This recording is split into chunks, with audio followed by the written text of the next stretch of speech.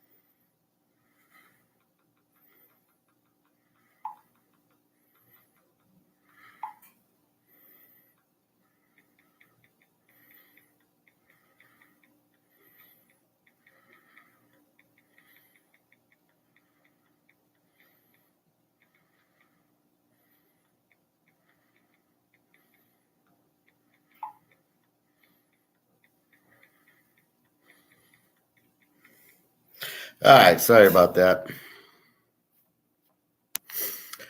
Okay, so let's go through it. Hey, G, how are you? Just had to say hi to Daria. And my coffee's ready. 1 second.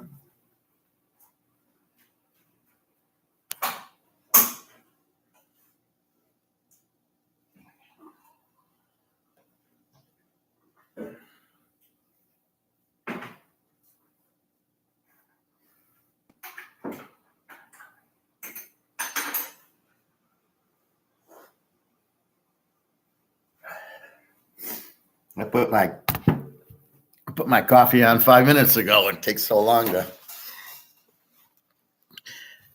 to finally heat up. All right, so yesterday.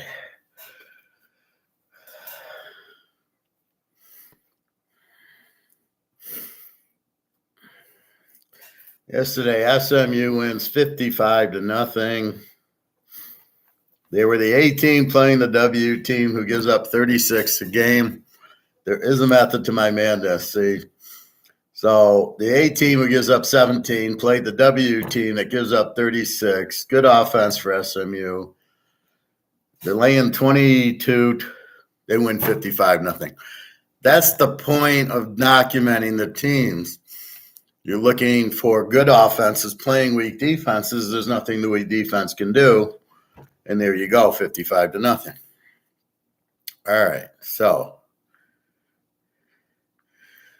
first we'll start with the line. We've got noon games, so we got 2 hours for that. So, all right, so we start off anything new. So Ohio State, 5.5, 45.5. It went down to 4.5. It's 5.5 now.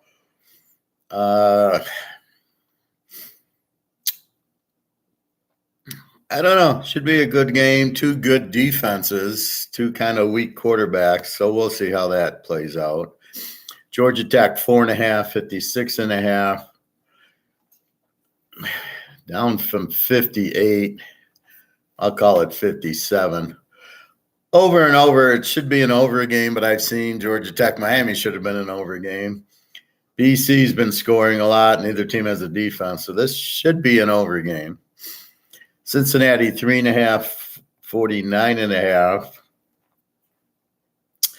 3.5, 50. We got an even team with a 30 defense in Baylor, but they got their quarterback back versus Cincinnati, who's a pretty much also an even team, a 25. You know, if you score 24, 25, 26, and you give up that, I call you even versus you score 30, you're more of an over team or an A team, and then depending on your defense. So if you score 30, you give up 30, you're an over. If it's 25, 25, it's an even.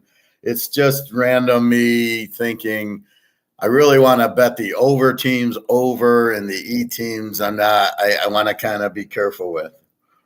Rutgers, 6-39, up from 5. I like Rutgers, run the ball, play defense. Air Force 9.5, 33.5. They were 10. They were 34.5. They went, I think, down to 32, or that might be the Army. Anyway, 33.5. Both quarterbacks, I believe, are out. We'll go through injuries right after this. Ohio 16.5, 52.5. This is the under team Ohio playing the weak Western Michigan offense, and they give up 36 a game. Oklahoma 17.5, 67.5 to UCF. UCF, an over team with the 28 defense. Oklahoma, very strong team, only gives up 14. Arkansas 6.5, 47.5 to Old Mississippi State. Let's check that game for the quarterback. Will Rogers is questionable with a hand or an arm. So if he's out, that's a big thing. If he plays, that's a big thing. Memphis 761.5.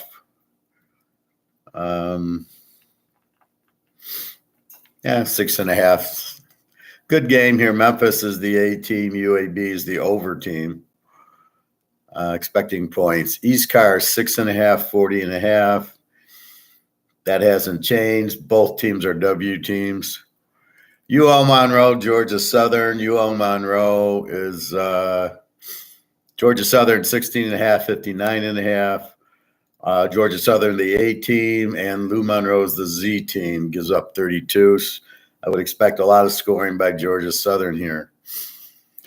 Bowling Green 7.5, 37.5. Down from 40. Wow, what's going on here?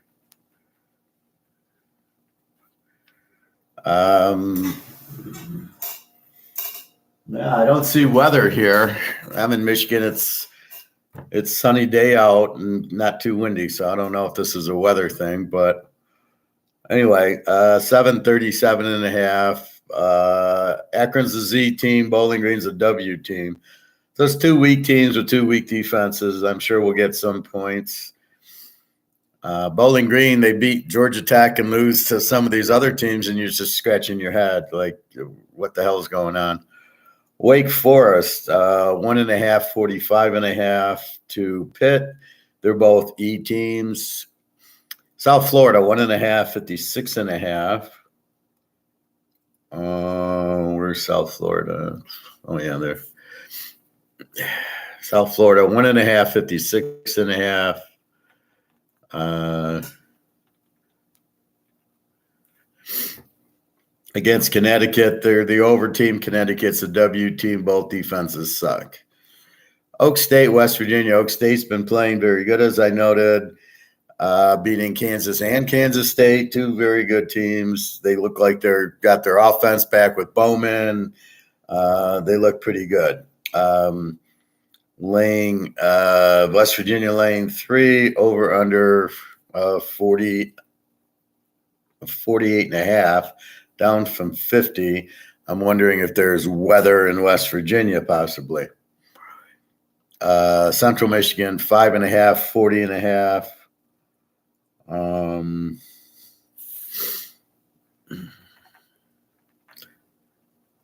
Up from 4.5.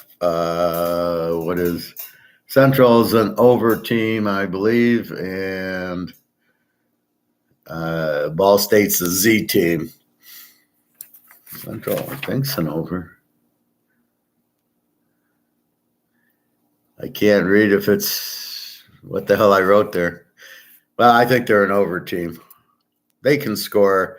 They both give up 31. Buffalo 6.5, 43.5. Over against the Z. This should be a Buffalo. This is what you like because the Z team doesn't score, and Buffalo's the over team does, and both defenses suck. So Kent can score a little on Buffalo, but I can't. I'd be shocked if Buffalo didn't win this game. Wisconsin 3, 40.5 to Iowa. to Illinois.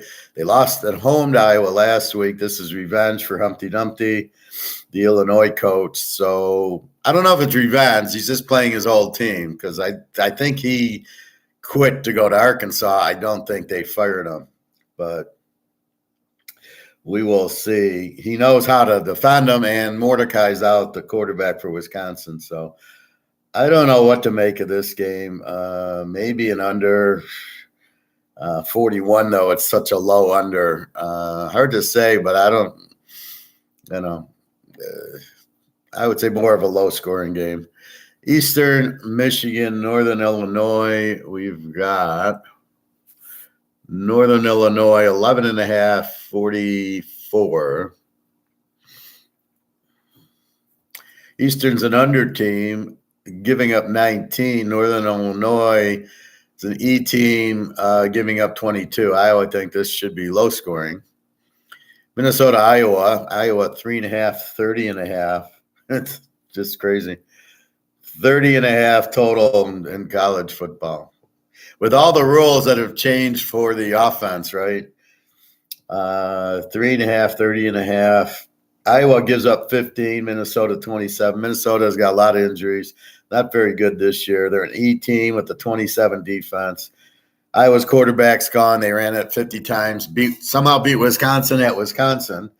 Probably because Mordecai got hurt in the game. So look for this. I mean, this should be low scoring, but I've never seen an over under a 30 in a real game.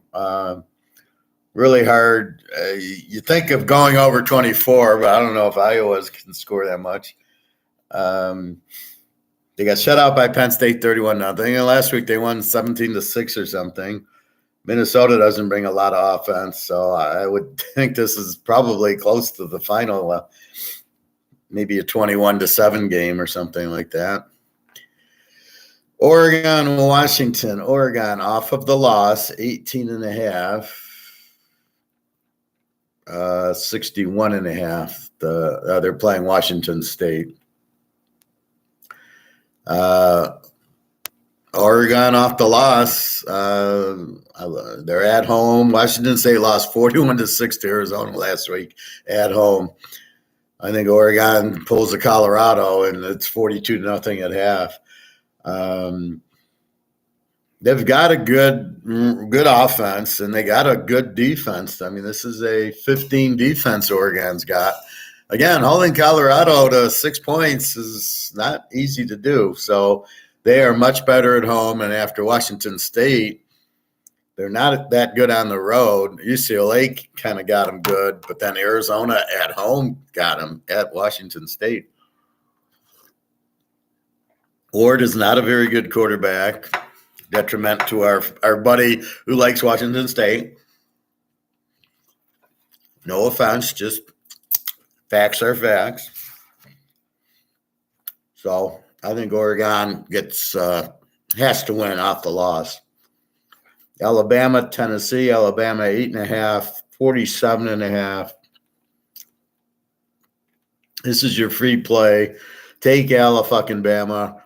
Lay the 2.5. You got a 16 defense. The quarterback's getting better. Tennessee, I don't like Milton, the quarterback. They got a 17 defense, but they haven't really played anybody. And it's revenge for Alabama, losing 52-49, costing them a playoff spot last year. Alabama's at home. Look for Alabama.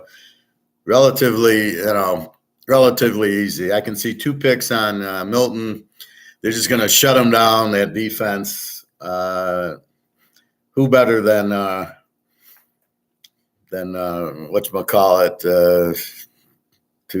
our revenge games? I'm thinking of Alabama's coach, and I'm drawing a blank right now. Anyway, Nick Saban. So who better than Nick Saban at home on a revenge game against Tennessee, who doesn't have a good quarterback?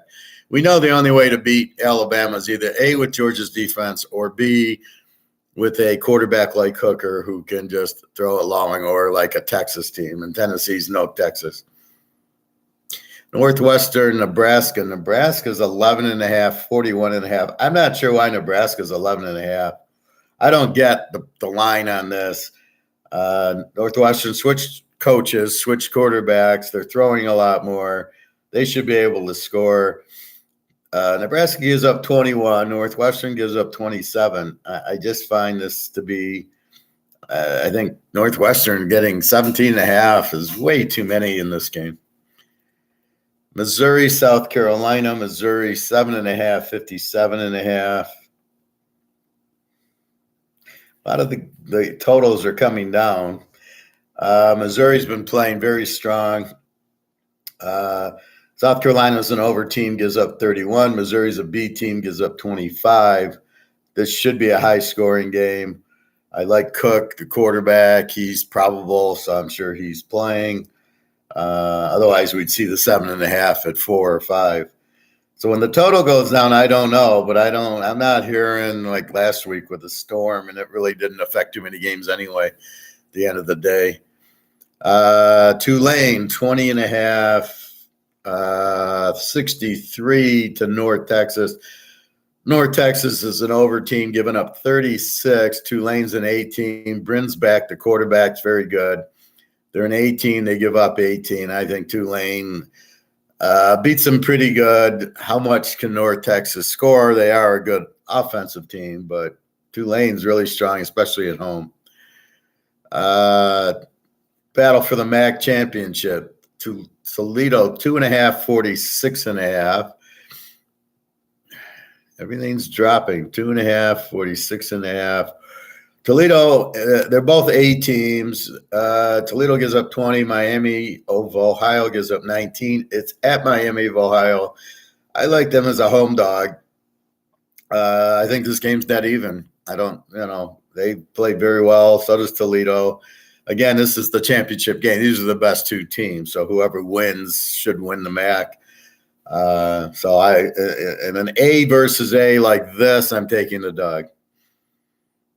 Texas, Houston. Texas is coming off of the loss to Oklahoma, hasn't played, so they must have this game. Laying 22 in a 60 against Houston. Houston's an over team.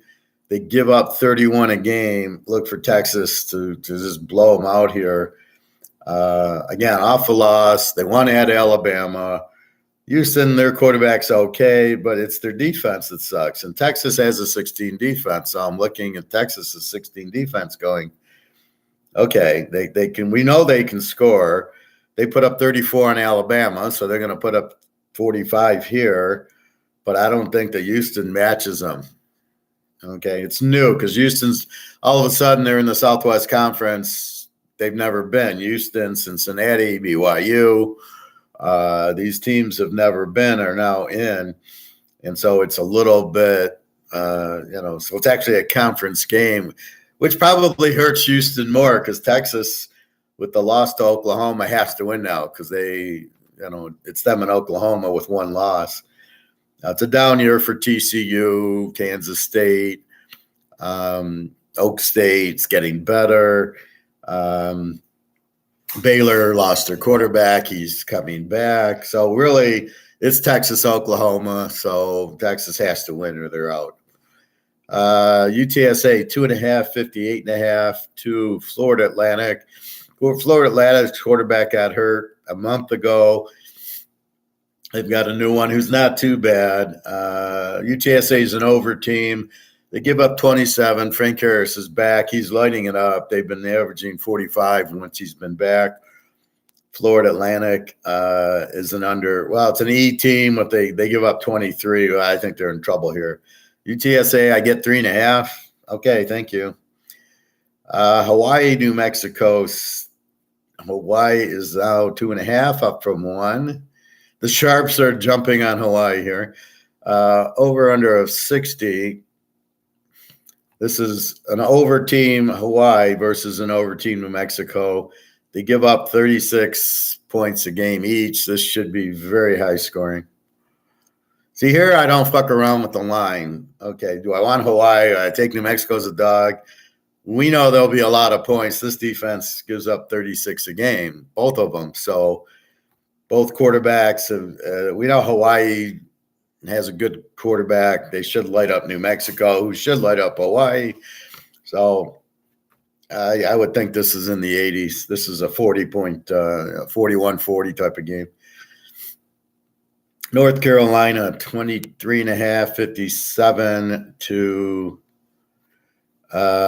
Virginia. Virginia's a W team, gives up 32. North Carolina's an A team, gives up 21. So the laying 23, it's probably a big number, but North Carolina, they beat Miami last week. As it turns out, anybody with a coach that doesn't have his head up his ass can beat Miami. Probably the worst coach team I've ever seen in my life.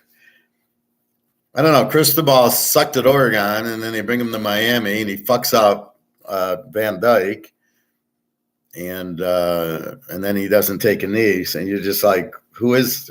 Why? How is this guy a head coach? How do you not know the basic rules of the game and you're coaching it? Amazing. All right, so North Carolina 23.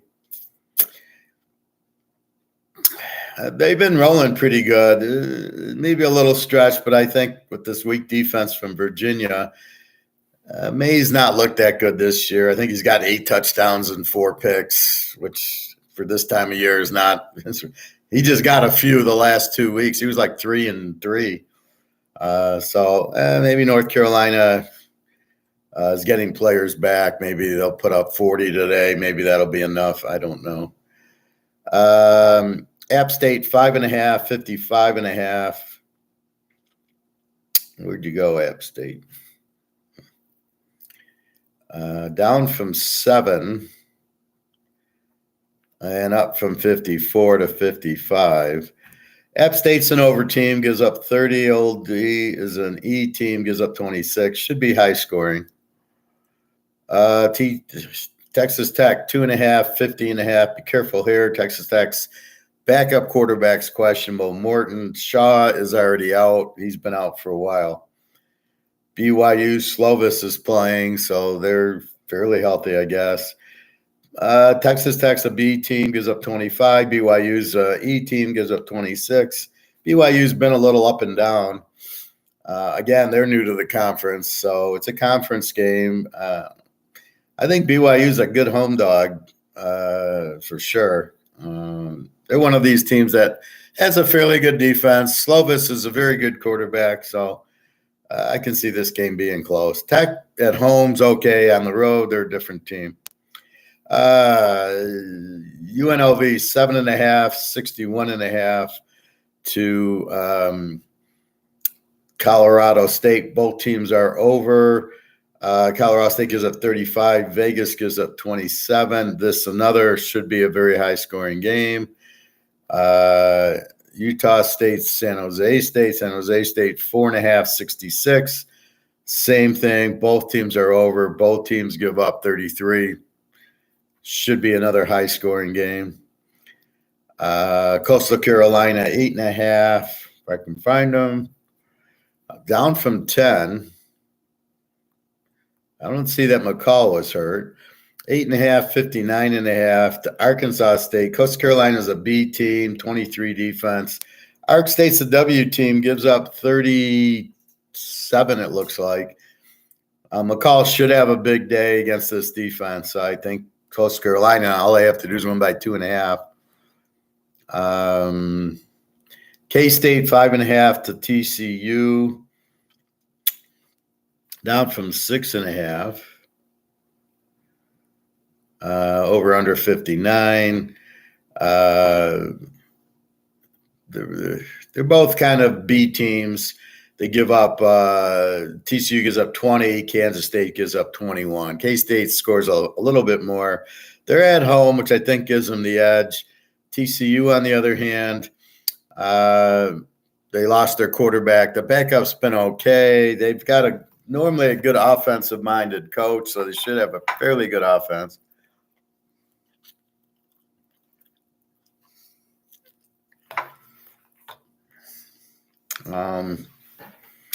So I don't know. Both teams are kind of off this year. So I can't really just jump on TCU plus 11.5 like I would. I'd say Kansas State probably wins a close one. Ole Miss, 6.5. Where are you, Ole Miss?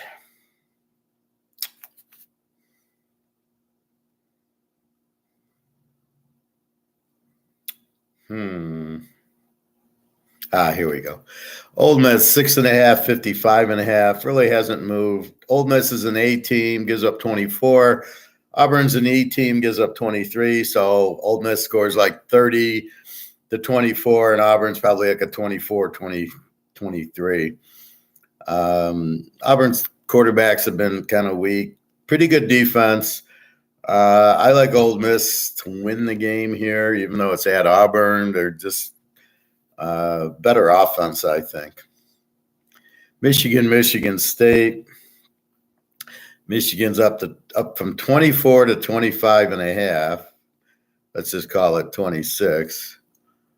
And over under 45.5. Call that 46. Michigan's an A gives up 7, as we know. Very strong defense. Michigan State's an even team that gives up 24. Played Rutgers very well. I don't know if Michigan is the Detroit Lions of college football. They haven't played anybody. They played 7 games against nobody, against high school teams. The best team they played was Rutgers.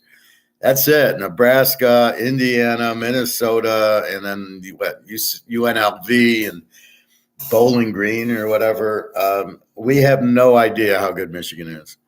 Not really. No, Ohio State played Notre Dame. Penn State really hasn't played anybody. They played West Virginia and Iowa. Okay, we'll give them credit for the Iowa win, but Michigan has played most of the games at home, and they've been very 35 to 3s against very weak teams. So I am not touching Michigan laying 20 points with a 10-foot pole. This is a game at Michigan State, rivalry game. Michigan State pulls out all the stops, goes fourth down, fake punts, fake field goals, double reverses, wide receivers throwing the ball. They will put up points on Michigan here. I think the best play is over 40. I don't buy Michigan 7. Michigan State switch quarterbacks. I mean, they put up 21 points on Rutgers. Rutgers has a hell of a let's see. Rutgers defense is a 16. So they put up points on a 16 defense. That's a real 16. I'm going to say this game's going to be like 31-17 or something like that. I'm not buying the 26. Every time I bought the 26 in this game, I've lost. In East Lansing, this game is much different than at U of M. So I would not touch Michigan here. I think over 40, I think is too low. I think you can get away over. State will score points on them. And again, you're falling asleep that Michigan hasn't played anybody, much like the Detroit Lions, who have played the NFC South, the worst division in football. Carolina, Atlanta, and not even New Orleans. Carolina, Atlanta, and Tampa, 3 of the worst teams in the league, and then add Green Bay to it. Oh boy, they won 4 games, beating nobody. I don't think the Lions could win a game in the Pac-10. I don't. They have a terrible secondary. Washington would beat them. Oregon would beat them. If Rising was playing, Utah would beat them. USC would beat them. Colorado, they might be able to beat because of their defense.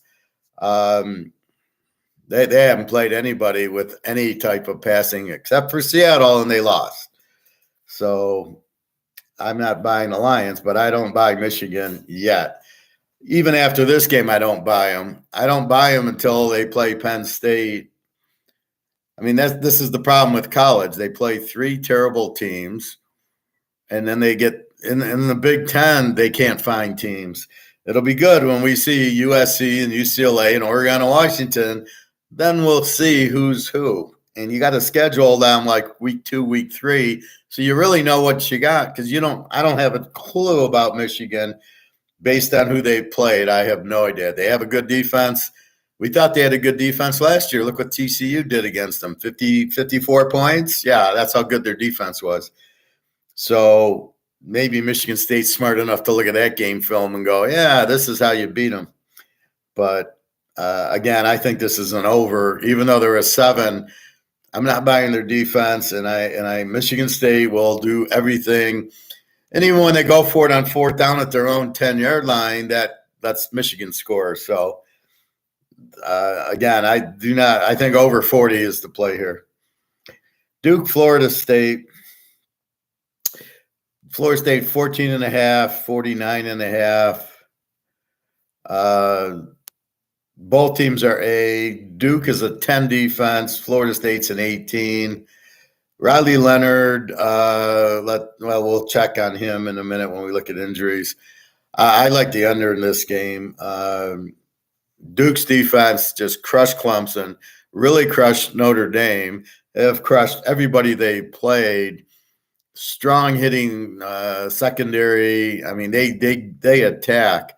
You can't run sweeps on them. The safeties will be in the backfield, and they crush the guy. I mean, they just knock these guys senseless. Love this Duke defense. Riley Leonard's okay if he's healthy. I'm sure he'll try to play. He got his leg rolled up, sprained his ankle.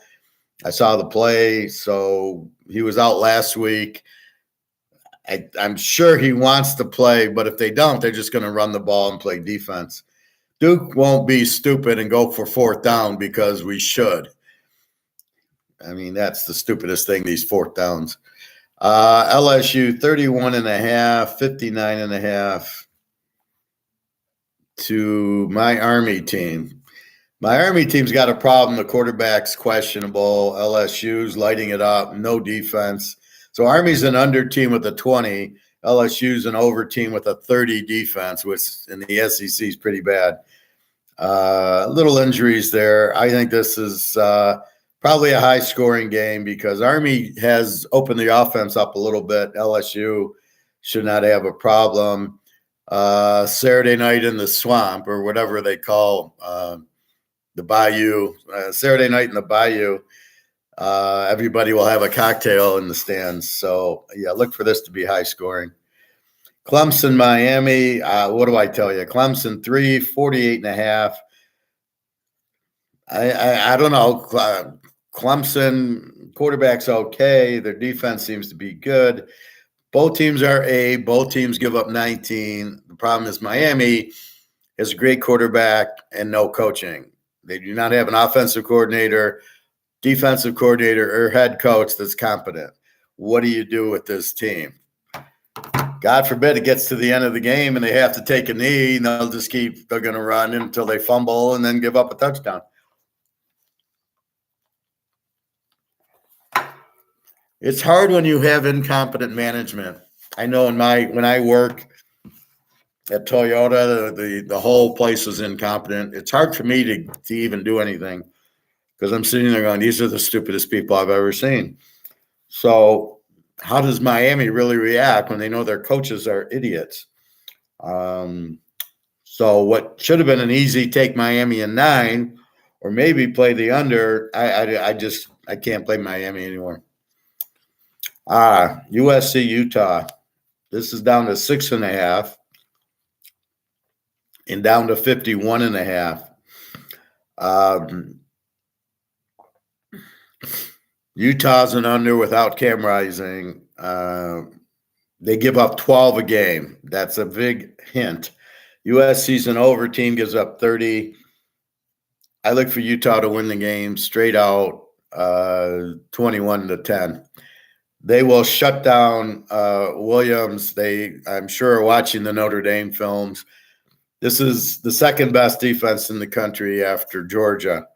And they're going to blitz, and they're just going to run the ball down their throats. USC can't stop them, and they're going to blitz Williams. And we saw what happened against Notre Dame when you blitz Williams.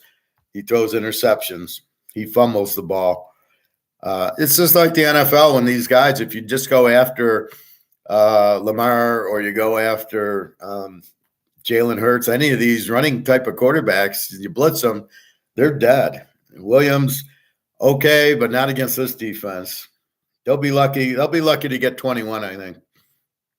I like the game over. I like the game under. Normally, yes, I play USC over. No, this is an underplay. Now, if I'm Utah, I'm suing this doctor because he keeps saying it's a game time decision when it isn't a game time decision. I doubt he's looking at Cam Rising's knee an hour before the game, although this game's at the doctor's in Southern Cal. This game's in Southern Cal, so the doctor actually could look at the knee today. But I'd be suing him. If I was Rising, I'd be suing this guy. And Q3, the tight end, I'd be suing this guy. If I was the university, I'd be suing this guy. They have a chance to win, to get millions of dollars because they'll be in the playoff with Rising, and they'll win the playoff with Rising. And this defense, they're better than Georgia with Rising, and it's the exact same defense as Georgia. They're a better team, but you're keeping Rising out for no reason. The injury's healed. It's been healed. He was ready to go for Florida. If not, okay, we keep him out a week. He's been ready to go for 5 weeks. The doctor won't let him play. I would sue the doctor. I would have had my own University of Utah surgeon, orthopedic surgeon, look at him. And if he says he's okay to go, I'd have told the NCAA, go fuck yourself. My surgeon says he's fine. I don't need the guy who did the operation to say he's fine. He's a USC guy. He's keeping him out on purpose. I would sue him. I would play. And if I was Rising in the university, I'd be suing the doctor for sure. This is malpractice big time.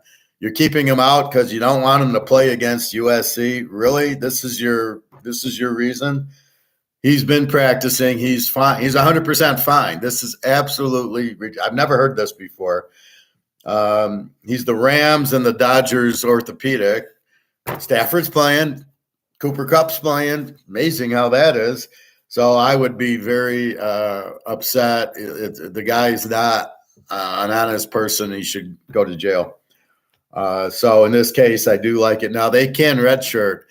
Him and Q3, the tight ends, All-American tight end, first-round pick, are both being kept out by this doctor so USC doesn't have to play them. And basically, they can both redshirt if they want to. But then it's costing them money. Rising should be like winning the Heisman Trophy this year, and it's costing him millions of dollars in the NFL draft. So he's going to redshirt and play another year instead of getting money from the NFL. This is just, I would be suing this doctor, vehemently. All right. Lou Lafayette, 3.5, 62.5. Lou Lafayette's the over team. Georgia State's a B team. Georgia State gives up 24. Lou Laf, 29. I think Georgia State's a strong dog here. What the hell? Cheers. Georgia State's a strong dog here, I think. Lou Lafayette's starting quarterback's out there. Backup's been okay. I like Georgia State here. Lou Laf gives up 29. Maybe you go over 63. Georgia State can score. Lou Laf can score. But without their starting quarterback, I'm not sure. Nevada, San Diego State, 11.5, down from 13, 47.5. The algorithm machine's working overtime with all this bullshit line movements. Who the fuck's betting on Nevada? Knocking it from 13 to 11. Are you kidding me? Nevada's a Z team, gives up 40 a game. Yeah, I want to bet them. San Diego State's the W team, gives up 31. This is the worst defense they've had in 10 years. Hard to say, do you go over with teams with no offense, but their defenses are so bad? Probably like San Diego State at home, laying. Now it's only 5.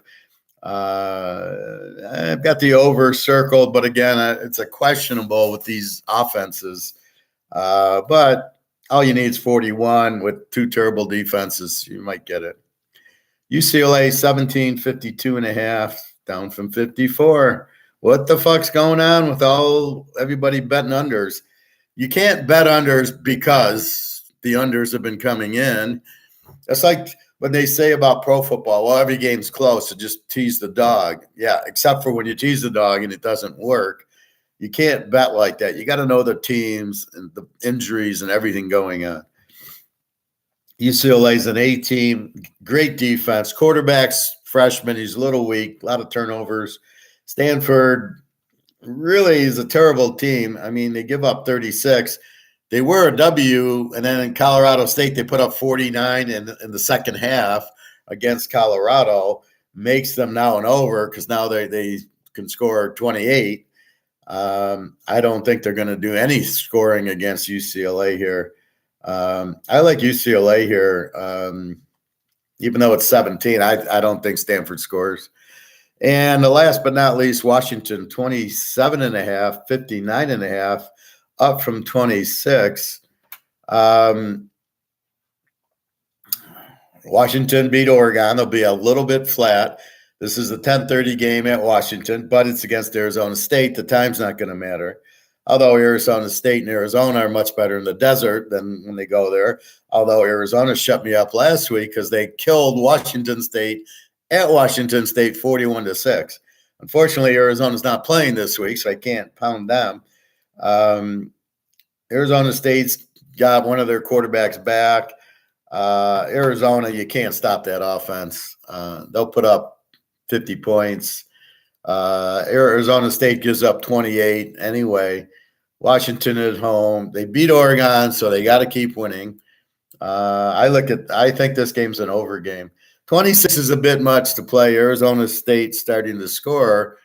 But if we look at the USC game, or Colorado, one of those they played, was it like a 70-point game? I think this game gets into the 70s. Mostly Washington's doing, but I think that's what happens here. So that's your lines. Let's go to their injuries. And we'll just look for some key injuries.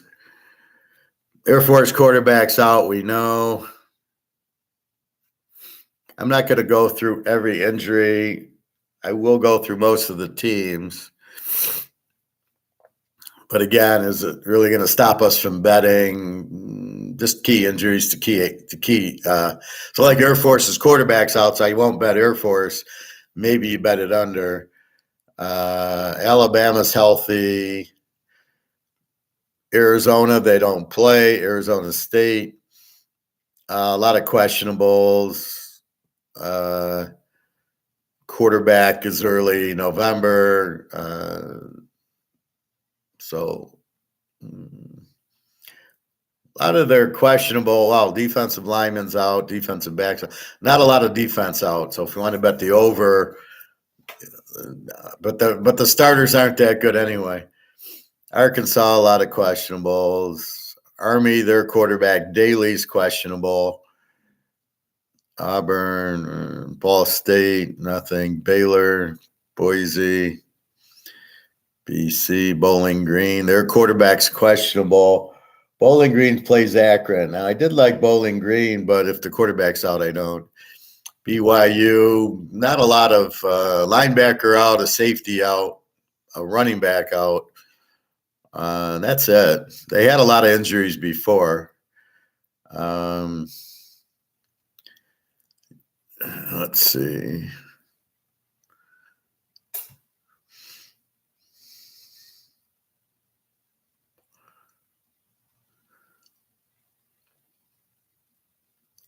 Duke, Riley Leonard, still questionable with an ankle. The line's 14. So I think if the line goes down to 12, he's playing. Otherwise, if you see 14 or 15, you just assume Riley Leonard's not playing. I think the backup's okay.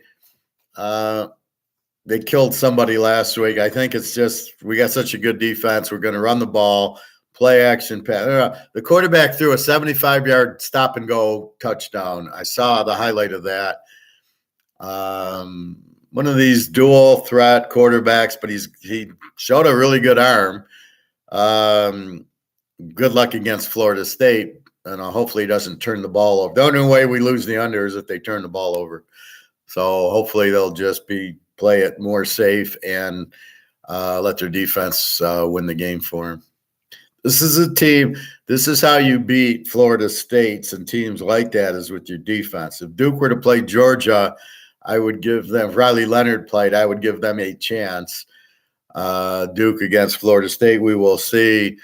Duke against Oklahoma. Again, this is how you beat the good teams, is with your defense. If Duke played Michigan, I would bet my house on the under in the game. If I got a 45 under, I'd be on the under if Duke played Michigan. And maybe that'll be a playoff game. They can beat Florida State.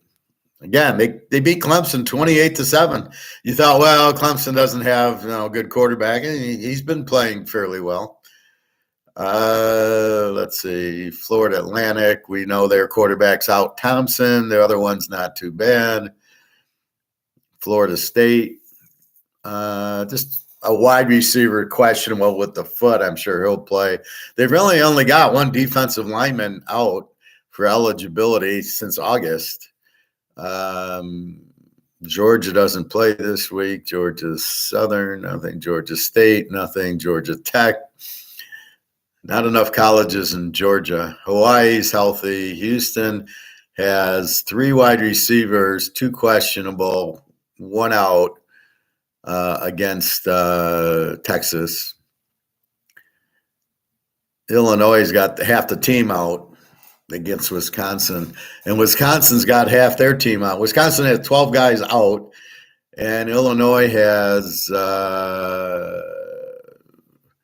1, 2, 3, 4, 5 guys out. Two defensive backs and a linebacker, and 2 running backs. Indiana, Iowa, we know McNamara's out. Iowa State's good. Kansas doesn't play. K-State plays. Nothing. Just a linebacker out. Liberty already played. LSU. Cornerback out. Another cornerback out and a safety out. So that's why they've been an over team. They've lost 3 secondary people. How easy can you replace 2 cornerbacks that are both out? So it's going to show. You're going to give up points without your best players.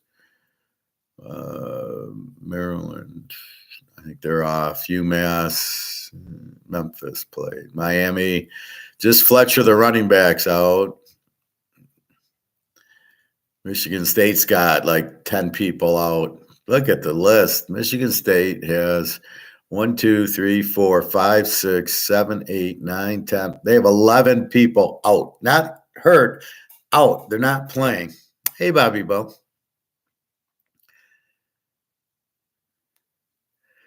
Well, I was going to say SMU won big time. What was the total? Was 55. They got 55. Small bet, but I appreciate them coming through. As Temple's terrible. I'm surprised you didn't bet SMU there. They were the A team, and Temple is the W, gives up 36 a game. So that actually went according to what should happen. By the way, I watched this class on Thursdays and heard your story about going to dinner with one of your girls, and the waitress tried to pull a fast one. Yeah, when she first did it. So just a quick sidebar. So I go to dinner. Italian place, these are like $20 chicken Parmesan type of dishes. So it's like a $45 meal, right? And the bill comes, it's $90. There's a $41 charge for wine, which I know we didn't order. And I'm looking, because I do the math in my head. I go, well, it should be about 45 with tax. And she gives me $9. I says, this isn't my bill. And she says, oh, yours is in my pocket. And at first I said, yeah, maybe she understood. Then I said, no, she didn't make a mistake. That's her job to give me the right bill. She's trying to fuck me. And that's what came in my mind. And I kind of said it loud enough, like, I don't think this was an accident. And she immediately said, "Oh, yours is in my pocket." And I'm like, "Well, if you knew it's in your pocket, why did you give me this one? Why wouldn't you have checked the bill before you gave it to me?" And I know that's every waitress, that's their job, is to give you the right bill. So yeah, I did catch that, and it was just ridiculous. That's what I said. I should have reported it to the manager, but I was so tired. I just wanted to get out of there. But I won't eat there again. They wanted to they charged 3% for a credit card. And I used to eat there. It was like $16 for what I ordered, $17. These were all $22, $23 meals. It tasted like shit. I'm like, this is why I get General Chow. It's $15 for my General Chow, which is 100 times better meal than that. That's why I eat General Chow every Saturday. It's worth the price, and it's good, and I know what I'm going to get. And so the complete meal is worth it. That's why I get it. And I like the chicken. So what did I do? I got chicken, Italian chicken versus Chinese chicken, but I'd rather have the Chinese. I'm thinking Penn State and the Buckeyes fly over. You agree? Or is Bobby Bo missing something? Well, you've got two really strong defenses. The over-under on the game's 46. You've got two real strong defenses. Penn State's an 8 and Ohio State's a 10. And we think of the Notre Dame game, 17-14. And we think of Ohio State getting stopped at the 1 and the 10 and Notre Dame being stopped at the 19. So theoretically, that's 21 more points, which would have got us. I think we're over 46, 47. I think over 40, I agree with you. I do have over circled, but I'm not going to play it. Ohio State wins this game, especially in Ohio, well, when the game's in Ohio, Ohio wins. Even at Penn State, Ohio State wins. Ohio State has their number. I would not take Penn State with 11 in this game. I can't bet Ohio State even because their quarterback sucks. I do agree with you. I think over 40, I think should be the only way to play the game. Oh yeah, General Chow time tonight. By the way, you saw the new Mark McGuire yesterday. You mean you saw it? Yeah, and Luke was on, and I said, "Okay, Luke," and he says, "I'm here," and then he basically says, "I think what happens is in January 2024, Russia takes over BRICS. They'll have the gold back BRICS. They'll have the gold back ruble, gold for oil. Comex gets blown up because they can't stay, right? And that's when gold finally goes. They won't be able to hold the Comex down." So I can show you that last 5 or 6 minutes of the video again if you want to see it. And I don't mind showing it anyway. But yeah, it's a much better show when he's on by himself. And if you notice, I bitched at him in the comments going, "Look, I got a master's in economics. I don't know what the fuck you're talking about with the casino and all the words he talks." I says, "What the fuck is that?" He was very good yesterday. He kind of explained the casino and the ring fence and how Comex and the LBMA, the London is the ring fence. You have to buy from them. I don't know why he calls it a ring fence, but he says everybody's starting to go around him. So yeah, that was a very good one. But I can replay that. But that was good. Egon had one the day before, but he interviewed two guys, which I got nothing out of the two guys, and there was nothing different than saying, "We're holding gold. It's the only option." See, what they're starting to realize that I've already explained to you guys 2 years ago is you can't. When I first discovered the dollar was going, there was nowhere to go. There is no other currency to go to, right? You can't go to the euro, the Swiss franc, the British pound. They're all being inflated to zero because we got off of we got all off the gold standard in 71. All the countries are printing their own money, and it's all going to zero. Now, I don't know if it's part of this great reset where they're trying to get you to digital currency, which will never happen. I was watching something on this great reset just before. I saw something on YouTube, and I started to watch it, and it's like, just don't listen to it. I mean, they can say what they want, but you'll own nothing and be happy. Fuck you. I own a lot and I'm going to be happy with it. And you're not taking it away from me.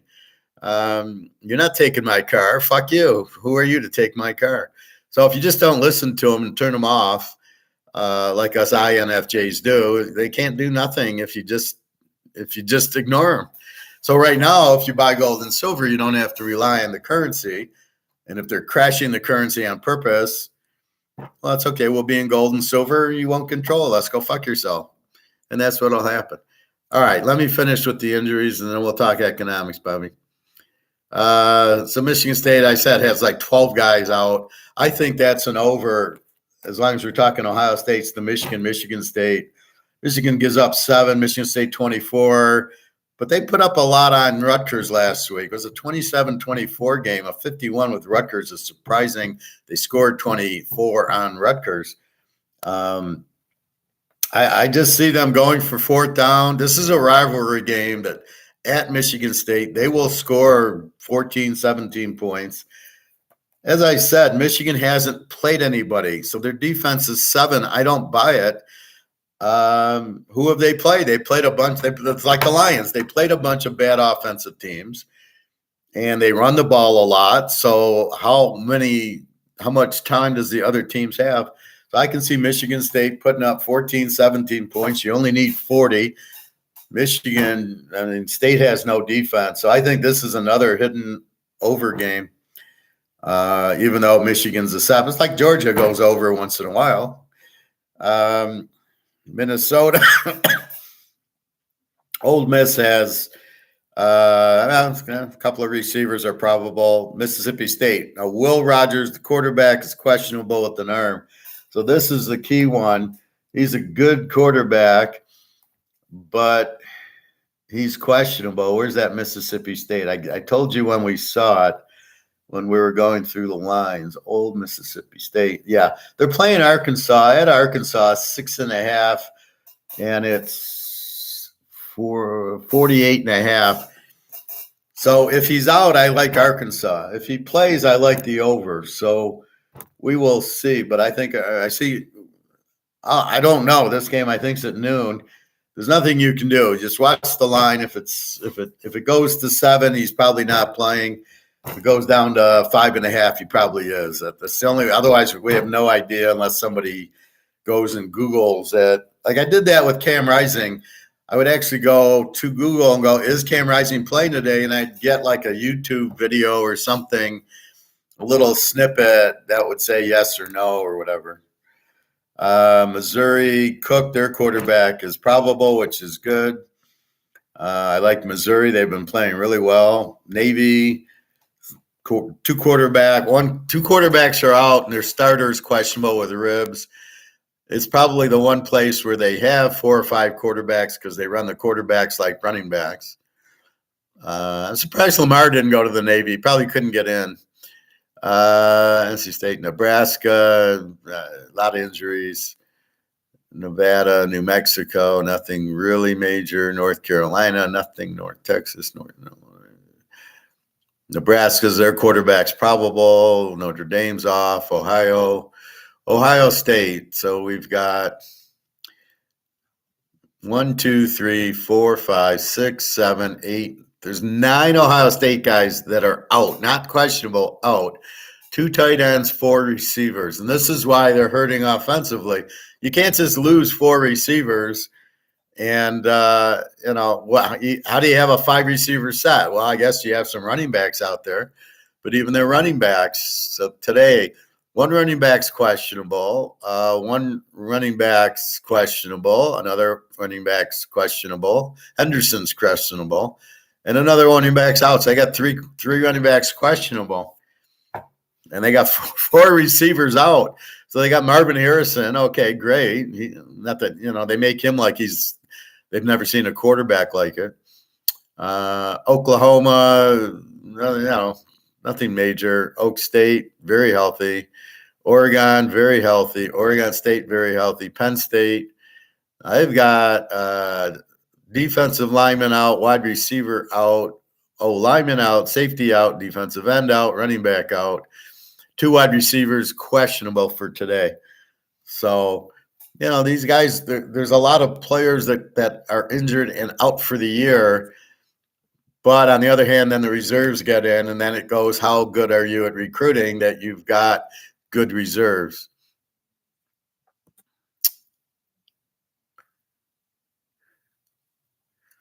So, Bobby, are you asking me if I saw the Mark McGwire yesterday, or are you saying you saw the Mark McGwire? It says, by the way, you saw the new Mark McGwire. Yeah, I showed it, but I can show it again if you didn't see it. So I don't know what you're asking. Are you asking me, did I see it? Or I'll just show it again, the last 5 or 6 minutes. Purdue, a lot of injuries. Rice, Rutgers, pretty healthy. San Jose, pretty healthy, actually. South Carolina, South Florida. USC's healthy. Stanford's healthy. Tennessee, running back early November, so he's out. O-lineman questionable, and then they got 2 linebackers out, a defensive back out, and a wide receiver out. So they got 3. I don't know how key these players are on their defense out. That's got to help Alabama. Texas, an O-lineman and a D-lineman out, and a D-back's questionable. All right. A&M, their quarterback's out. We know the backup's not too bad. TCU, their quarterback's out. Their backup quarterback's not too bad. Texas Tech. Morton is the backup quarterback's questionable. The starter Shaw is out till November.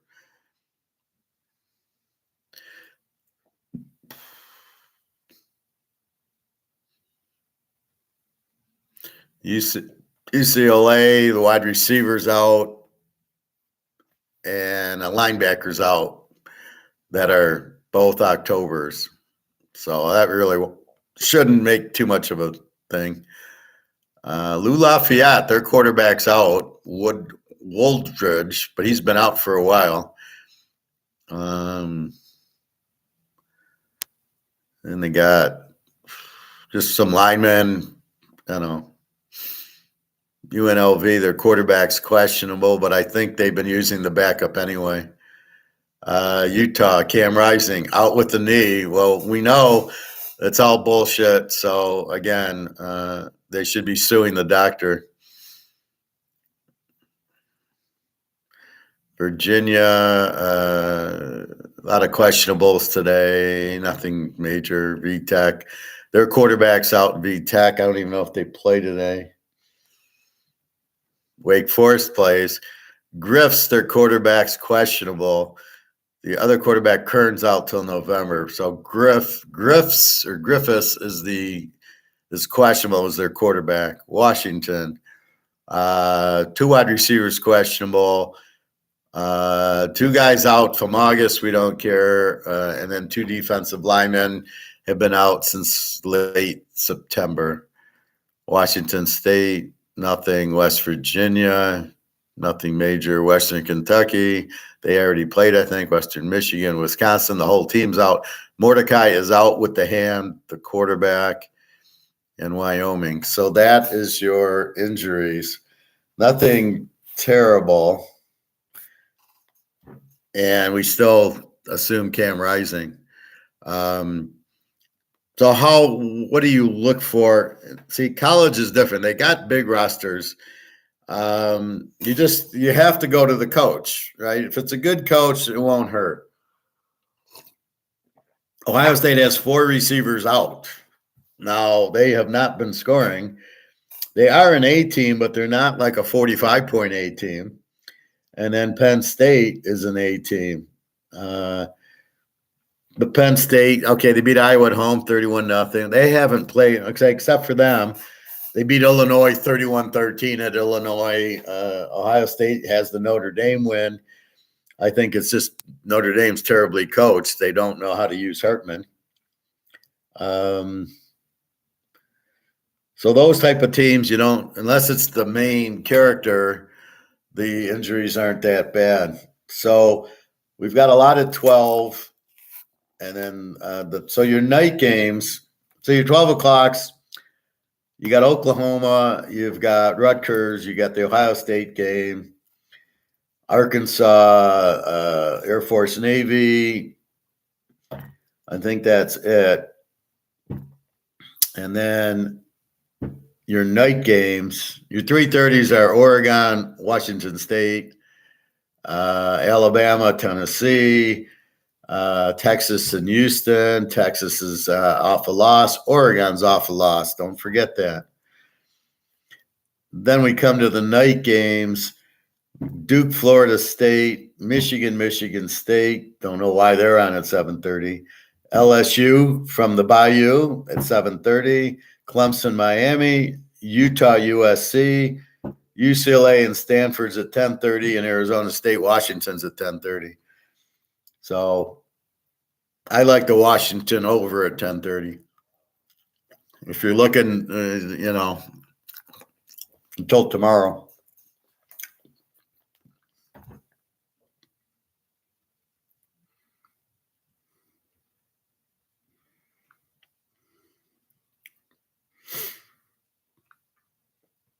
So with that said, my free pick, Alabama minus 2.5. Play with the Lions, Baltimore under. We got a 19 defense against the 15 defense, Baltimore being the 15. Detroit plays the running quarterbacks very well. Riddler, Mayfield, and well, I don't even know if Mayfield and Love are running quarterback. There's terrible quarterbacks.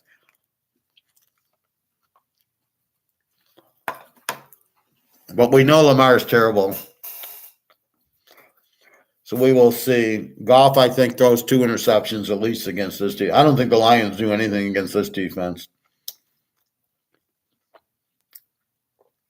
They struggled against Atlanta with 20. They struggle with Tampa with 20. I don't think they'll get 20 tomorrow. But that's the free play. Alabama with the Detroit, Baltimore under.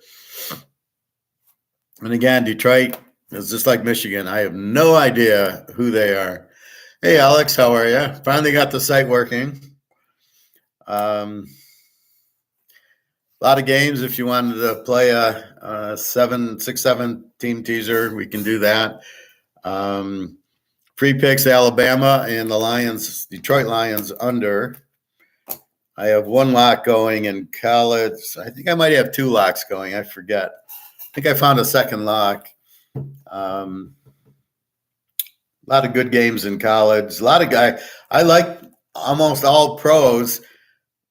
The key in the pros, Oakland, Chicago. We've got Hoyer going for Oakland, and Chicago Fields is out. They got Humpty Dumpty going for Chicago. I never heard of the guy. I tried looking like, what did he go to college? I mean, I think they got him from the grocery store. Kurt Warner's brother or something. So that game has got to be an under. Cleveland, I think Watson's going to play against Minshew. Josh Allen looks okay against Mac Jones. Thurston Howell, I don't know if Jones playing for the Giants or not. Riddler against Mayfield. Goff against Lamar. Pickett against Stafford. Dobbs and Smith. Love and Russell Wilson. Herbert Mahomes in the game of the day. Tug against Hurts and Purdy against Cousins. We're waiting on Deebo Samuel and McCafferty to play the Niners. Lockett's playing. We're waiting on their other stud receiver if he's playing.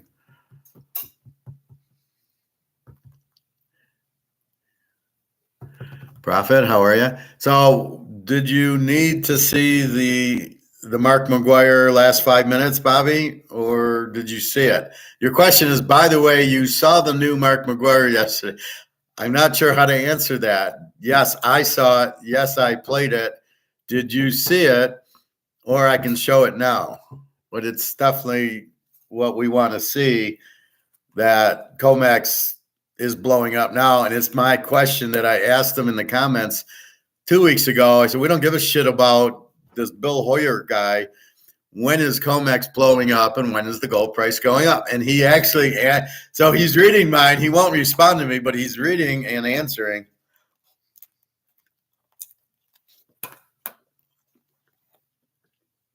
So, well, I'll show it later anyway. So 11:20, we got a half hour. Alex, are we doing something or not? Let me know. So those are the lines. Gave you my thoughts on the games. Alabama's the pick. I think pretty big over Tennessee. I don't like Milton at all. I'm not sure Tennessee's all that good. I don't think they played anybody. They beat A&M at home barely. But Alabama's defense is going to be too much for Milton. And Milrose is playing better, so I like that. Oregon and Texas off of a loss. I like Oregon more because they're at home. Texas is at Houston, but Houston's got a terrible defense. Duke should be a low-scoring game with Florida State. Ohio State, Penn State, Michigan, Michigan State, I think are both overs. I'm calling for the Utah upset today. I'm sure they watched the Notre Dame game film, and their defense is 5 times better than Notre Dame's. I look for them to be blitzing and just beating the hell out of Caleb Williams today. And I think Utah just runs it down their throat. I don't think there's anything USC can do. Their defense sucks. So Utah's going to run it down their throat, and they're going to blitz Williams, and they might not score 20 points today.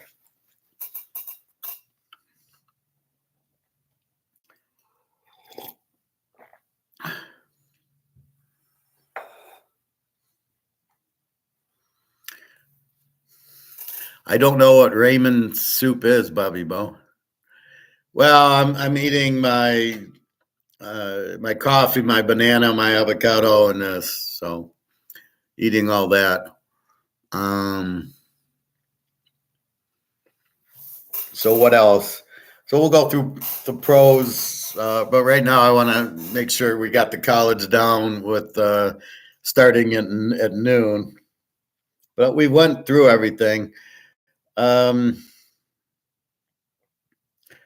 Oklahoma looks really good, and Rutgers, Penn State, Ohio State, maybe Arkansas, Air Force, Navy, both quarterbacks are out. Oak State's been playing much better, gets West Virginia. Missouri looks really strong. Offensively, gets South Carolina. Wisconsin, Illinois, I mean, the Wisconsin quarterback's out. Illinois's got half their team out. It's at Illinois, and it's Humpty Dumpty playing his own team. Should be interesting. My MAC game of the day is I like the under in the Ohio-Western Michigan game. Ohio's got a hell of a defense. They give up 13, and Western's pretty bad. So I'm under 58 there. I like that. Well, good luck on that one, Bobby Bo, but not against Utah. Yeah, I don't know if it'll be a good game because Riley Leonard, but let's just say it'll be a low-scoring one. I think Michigan State gets up there. I don't understand 46. I don't get it. Again, Michigan hasn't played anybody. I can't say they're an A team, and I can't say they're a 7 defense.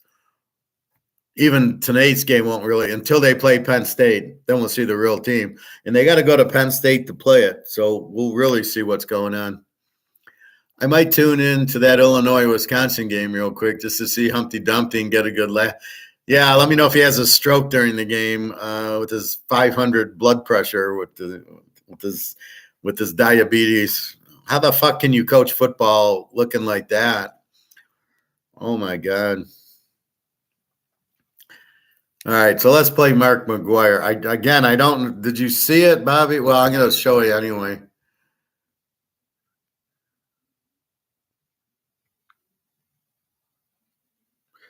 And we got to go to the 39-minute mark.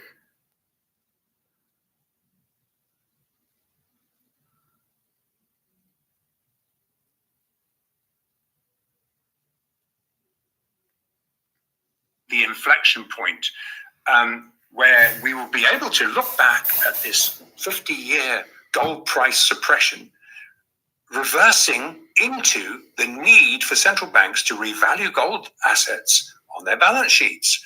Now, much as we knew that the implementation of Basel III, NSFR compliance, alongside gold being revalued as a first-year asset class, would mark a major inflection point by the end of 2023, and 2024 is only 67 days away after this episode is published on Friday. So with gold increasingly being valued as on a one-to-one basis outside of the Fed's scope, we will evidence a real physical gold price to emerge from the dregs of a broken paper market. Now, it's as simple as this. The gold price will be determined by a physically settled supply-demand balance. That is the price a global seller is willing to actually part with their physical gold in exchange for cash or other goods, could be a commodity. Or a house. In other words, the only remaining paper-settled futures market, that is the Comex, will have to become deliverable, or it'll just be raided for every last leveraged ounce it has. US traders that are currently siloed inside this rigged CME regulated paper market, which they were since 2013, may as well release them from their siloed prison. And really, that's what it is. And you know what's going to happen? This 50-year margin game will fold, because that's the only place where it still exists. Now, we'll look at these same actors' infamous May 2011 silver market interventions in our next episode. Awesome. Now, Andrew, we got a question from our trader group, and they want to know, like, what's happening here with these COT reports? What are they saying now? Yeah, for those that want to drill down, very short term. Coordinated central bank assisted intervention, and it was the catalyst that forced the Bank of International Settlements to bring forward and implement these Basel III net stable funding ratio standards, which finally took effect at the commencement of 2023 trading. In fact, from this point forward, every single bullion bank and the BIS moved to go long to physical gold well ahead of net stable funding standards being imposed in January of this year. Now, Andrew, I'm pretty sure this next question is on the top of everyone's mind right now as they're listening to here. With the Fed being the only central bank short gold, where does it leave the Fed? Yeah, good question, Shane. The Fed openly intervenes in the dollar crosses. Of course, they do in all the foreign exchange crosses, whether it's the dollar, euro, dollar yen, whatever it is, on a regular basis, and in compliance with each other. But with gold also a foreign exchange cross against the dollar, the Fed relies on paper gold to manage the dollar against gold. And this is what led them into making this catastrophic error in March 2022, when they employed paper gold to fight against Russia, backing the ruble-denominated energy trade with physical gold. And get the difference. The Fed was selling paper gold while Russia was accumulating physical gold in exchange for oil commodities, severely impacting this 100-to-1 ratio. So you've got a double whammy going on here.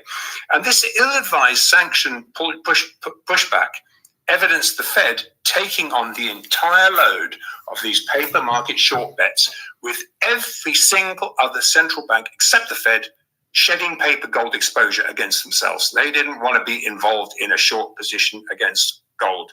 So really, to sum this up, the month-long Fed-driven action that we evidenced throughout all of September was 100% driven by the Fed, who view gold as increasingly competing with what we call the three-card treasury shuffle. So where they issue treasuries and you've got the competing. So you don't want that, the gold competing against them. So really, gold rising, a rise in the gold price is never really looked on favorably by the Fed insiders attempting to cap gold in the paper markets. This management is reliant and limited on how many speculators can take the bait. I just want to make it so clear so people understand it's that simple. Bottom line, these foolish speculators had stretched the paper to physical market gold market disconnect to such extremes that this had presented us an opportunity not seen since the lows were made in the 1600s in November of last year, when the Bank of International Settlements squared all their positions. Now we have reached that inflection point where really the 100-to-1 leverage simply has to be unwound. Yeah, now, Andrew, this sounds very bullish going forward. So what are you seeing now?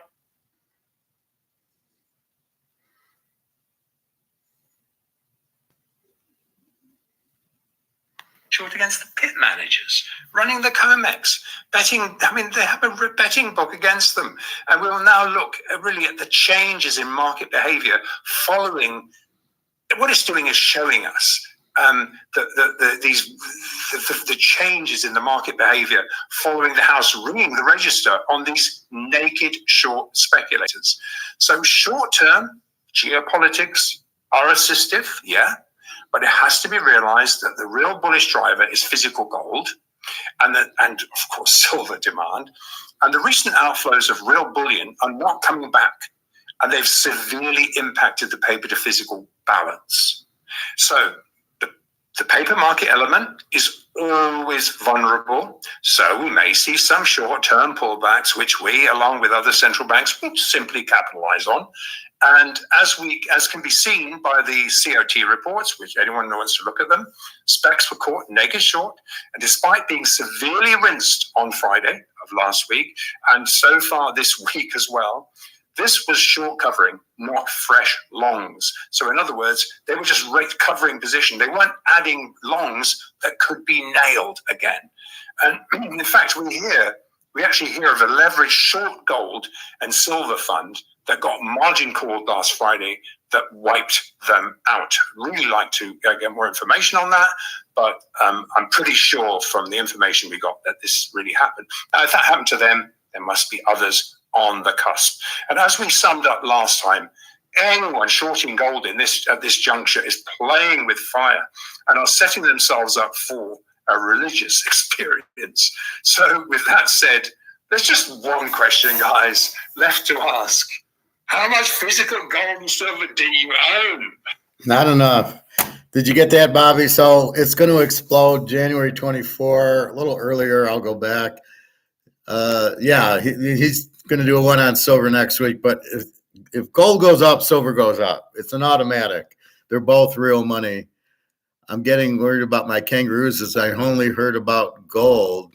No. The silver's going to go. Silver goes with gold. Don't ever worry about that. It's all money. So what he's saying is it's all Comex is gone. It's going to blow up because it really has to, because everybody wants the physical. And then you saw why gold went down to 1820 was the central bank, but they're not supposed to be selling derivatives. They're a central bank. They're supposed to just be printing money. That's it. They're not supposed to buy stocks. They're not supposed to short gold. So again, they're still trying to keep you out of the dollar by doing that. But what's really going to destroy these what do you call them? These new world order people, or these great reset people, is gold and silver. They can't control that. So they can blow up the dollar and say, hey, there's CBDCs and you're going to own nothing in that. Only if you listen to them. And if you're an idiot, then you'll listen to them and you'll get trapped. But if you're smart, you'll say, fuck you. I'm going to buy gold and silver. And you can't control that. And you can't reset that. The only reset's going to be $50,000 gold and $5,000 silver. There's nothing you can do. And I don't have to listen to your bullshit and own nothing and do nothing and listen and be a Nazi. I mean, that's just bullshit. Some Nazi says that we're all supposed to listen to him. See, that's the point. They can say a cow's jumping over the moon, but if we don't listen to it, who gives a fuck? That's why I don't really care. Oh, this is what they say. Oh, fuck them. I don't care. Well, you're welcome, Bobby. That's why I try to go over as much as I can, and as much, like, even when I talk about the girls, Jenna and Daria, it's for us. So it benefits everybody who's listening. I was really freaking out with Daria. I hadn't heard from her for 5 days. And I think when she's in work, she can't really text me. Now, help me out on this one, Bobby. So why can't she wake up, say, I'm going to work, or when she gets home, say, I was at work? I think she takes the subway. This is in St. Petersburg, Russia. Maybe they don't have internet on the subway. I mean, I don't know. But, and I'm like bitching, going, where are you? Are you okay? Are you, because one day she was in jail for getting drunk, and then one day she's in the hospital. There she shows me she's in the hospital. And so I'm like, are you okay? I'm in America. You're in Russia. You're my girlfriend. What am I got to help you, but I don't know. I haven't heard from you in 5 days. So she texted me last night, thank God. And she said, I'll be home in 2 or 3 hours. I'll text you then. I love you. And then I never got a text. And now I think she's working this morning, because I'll see her come on, but then she doesn't text me because they don't let her at work. She can only text her daughter. She can only text family, but she can't text me. Although if she needs money, she texts me. Then it's okay. So, I keep saying, what, is anything wrong? Like, what the hell? So I think she's fine, but it does bother me. I need that. Hi, I love you. And I give it back. And that's important to me. Well, she was in jail like last year or something. Mark McGuire couldn't carry. Well, exactly, because do you ever hear me say something you don't understand, like ring fence or casino? If I talk casino, I'm talking Caesar's Palace. But I have the gift of being able to explain it at a 5th grade level. And I got it from teaching my daughters when I would do their homework for them. And I just kind of, for me to understand it, I simplify it and I go, yeah, I get it. And that's how I was taught. I was taught with these words. So I know to teach that at that level. I don't get from you guys, oh, I don't understand. What do you do? What is inflation, or what is gold, or why should I buy gold? I never get those questions. Everybody understands it, why they should, and they do it.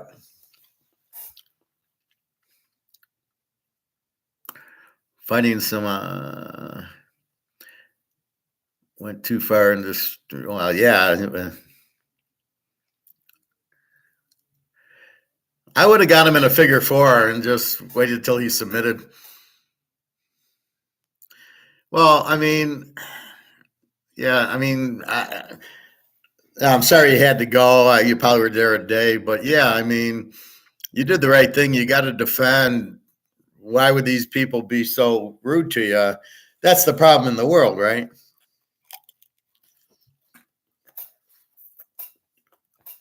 So it's like this waitress. Why is she giving me the wrong tip? Hoping I wouldn't notice? Do I look like somebody who wouldn't notice the wrong tip? I'm not the guy you fuck with on that stuff. I know exactly what my bill should be. 46. Then they had the nerve to charge me 3% because I was using my credit card, which she didn't even ask me, because if you paid cash, there wasn't a 3% charge. How do you know I'm using my credit card? So I'll never go back there. I did. The food was terrible, and the prices were way expensive. This is my point. You can raise your price. This is the whole rib place. He can make his slab of ribs $45. But if I walk in there and his ribs are $45, nobody's going to buy it. And I don't know how many people are running in there to buy chicken at $23 either. And then they put this bullshit sauce on it. It tastes terrible. I took it home and I threw it out. I mean, it was like I didn't even want to eat it. I was like, I had an aftertaste. I had to stop at a gas station and get like a Diet Coke and a Twinkie or something to eat to get that taste out of my mouth. I've never been to jail. I usually outsmart people. If anybody, a couple of guys have wanted to fight me, and I would just ignore them. I have a way of ignoring you that you don't like. And so if I say something, they don't take it right because they don't understand me. But if they want to fight me, I just ignore them. I got better things to do. I got to go study some football games. I don't have time to sit there and hit somebody. What a stupid thing to do. So I've never really. I fight you like with this, or with this. I don't fight you with this. And I do a lot more damage using my words. So, Prophet, you have a 4-teamer. I've already talked about all those teams in the video, so I'm not going to talk about them again. That's why I go through each game. I had that question by somebody else. I get an email, I'm confused. You didn't go through all the teams. I go, I don't know what you're talking about. I go through every line, every type of team. That's all I'm going to do. If you want picks, then you got to go to the site and buy the picks. We talked about Ohio State. We talked about Oklahoma. We talked about Michigan, and we talked about Utah. I was pretty clear on those games. So I've already did that, and it's not fair to the rest of the class. So just replay. We're an hour 30 in. At probably the first 20 minutes, I start getting into the games. Just you'll see your games.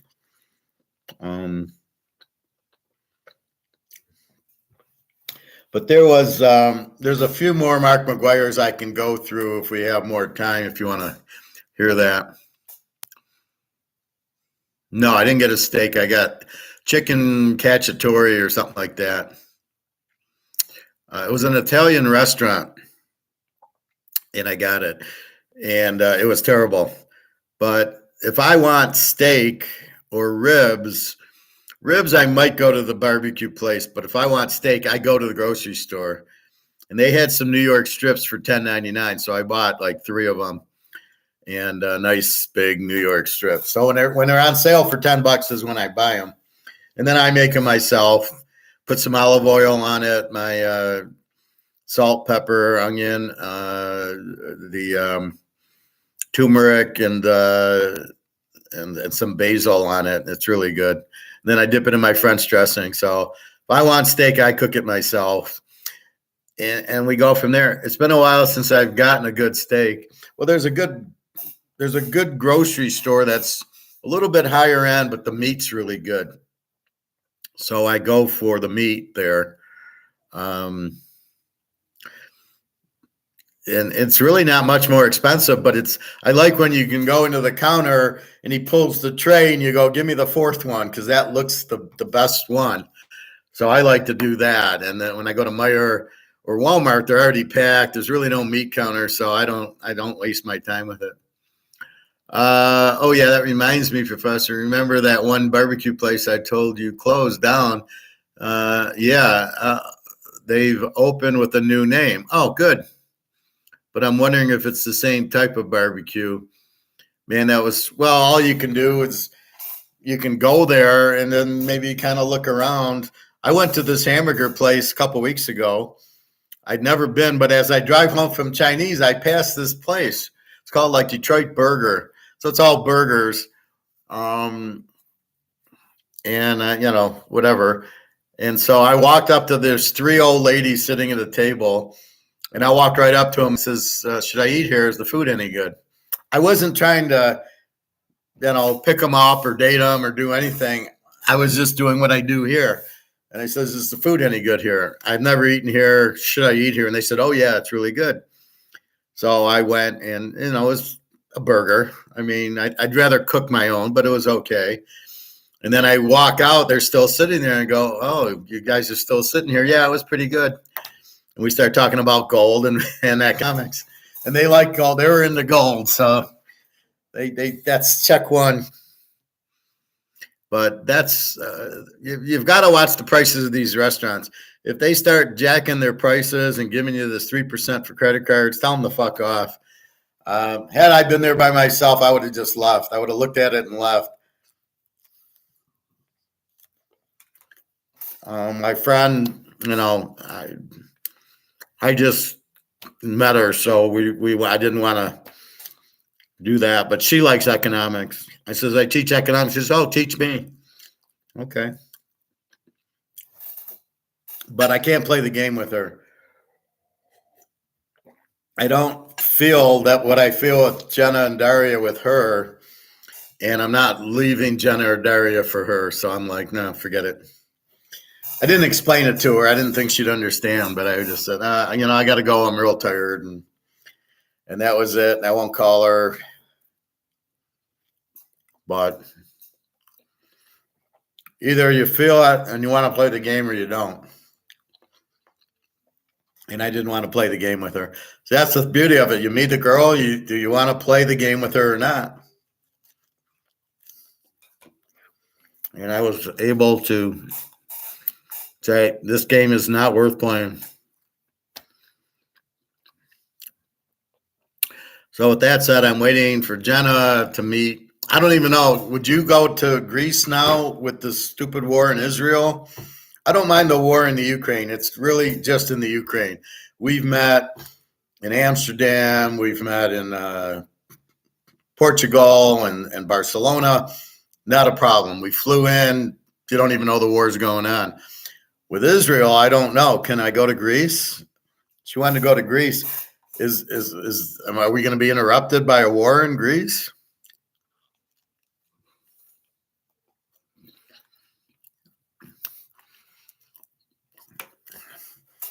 So the war broke out about a week ago. Is it going to stay no problem? Or if I go with her, it'll be in a few weeks. I'm just waiting for her to give the okay. She's busy. She's got a 16-year-old son who's got to join the army. And I told her, the Russians are going to kill him. Just don't have him join the army. What are they going to do to him? And then he just started school. He's at 16, I guess they go into college in the Ukraine. So he just started college, and maybe he goes into college so he doesn't have to join the army. But anyway, I said the Russians are winning this war 72-0. Just keep them the fuck out of the army. But I guess she's busy with him that she can't meet in Greece or Italy. She wants to go to Greece or Italy. We've been to Portugal and Spain. And then I'm waiting to meet Daria. The only place we can meet is Turkey because she's Russian. And now I don't know what Turkey's doing with this whole war, if they're going to invade. So it's like a fucking nightmare. I can't. How do I meet my girls? It's insane. I can't fly to Ukraine or Russia. I've never seen anything so bizarre in my life. So I'm glad he came back fine. I was just watching, if you guys ever want to watch something really entertaining, it's the story of the Greeks.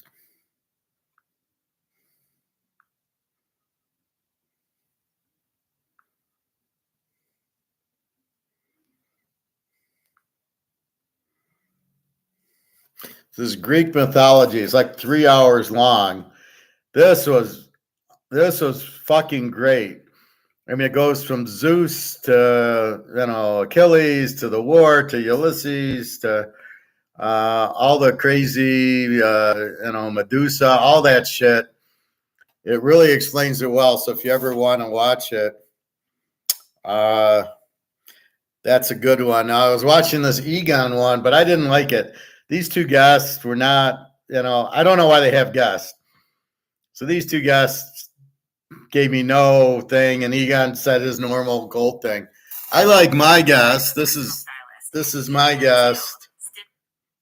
This is my guest today, Bobby Bo. We're going to talk college football.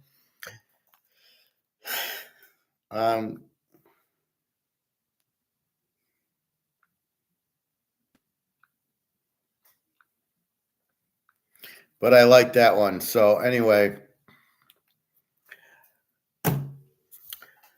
that's what I do. So we know the gold market is about to zoom because of the BRICS and because we're printing the dollars and all that shit. So be careful of that. Figure January, Russia takes over BRICS. They'll come out with a gold-backed currency. I don't know who's behind the war. Biden's a fucking idiot. Again, why are we involved there? It's just insane. So I'm not really, I don't know what's going on there.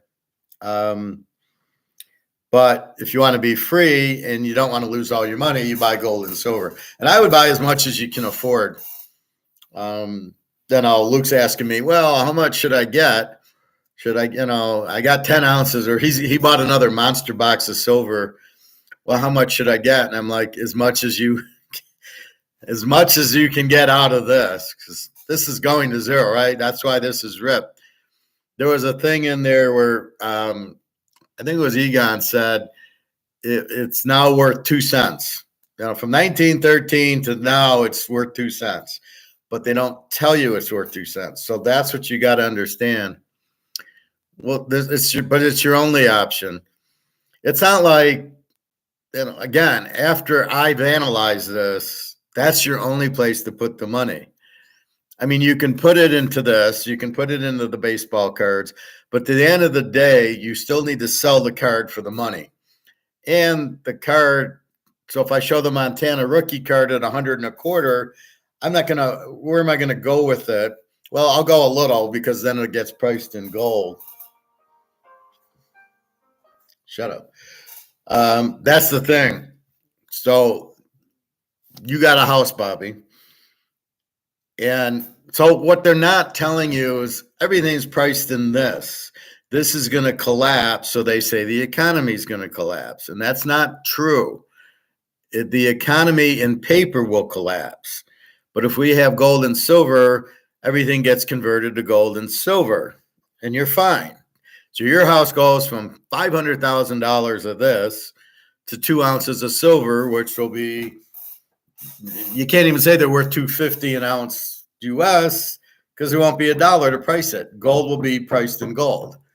Gold will be priced in purchasing power. Will buy a house, a car, a truck, whatever, a t-shirt, a golf shirt, whatever you'll use.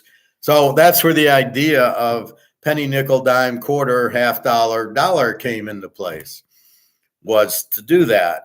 The only difference is they've now went to the debit cards and credit cards where you can buy at the grocery store $62.50 with the card instead of, oh shit, I need some quarters and dimes and dollars and $1 and $5 and $10 bills and $20 bills. So they condensed it into using a card instead of using the money. Somebody said yesterday, we'll go to the we'll go to a paperless society. I go, we can't. That's impossible because you always need paper in your checking account so you can use your debit card, and you need something to pay your credit cards with, or your house or your car payment. So you always need paper for that, because the debit card doesn't exist if you don't have any money in your account. You got zero. No coin store this weekend. I don't think so. The prices have gone way up. So I'm kind of waiting. I know I've got a couple of vacations to meet the girls, and, so my Social Security pays my bills, and then I need a little bit of money. The football money pays Daria so she can eat, and Jenna so she can eat. So that's kind of, so I'm not going to get extra money in. So if I take $5,000 out of my safe to buy gold, I don't get it. Well, I do have the gold, and that's what gets confusing for me, but I don't want to sell the gold. So let's say I buy 2 ounces. Yeah, I got $4,000 to buy 2 ounces. And if I need to, I can sell the gold back and get the $4,000 back, but I don't want to sell the gold at $4,000. I want to wait till it hits 40 or 50,000. Then I want to sell the gold. And even then, I'm not going to sell an ounce because I don't want to get this back. So I've got to wait till this blows up for me to sell my gold. And I don't want to, and I probably won't sell an ounce because I don't want 50,000 of this. I'd probably sell a quarter ounce and get 12,000 of that. And as long as it's going to be, okay, I'm going to pay credit card.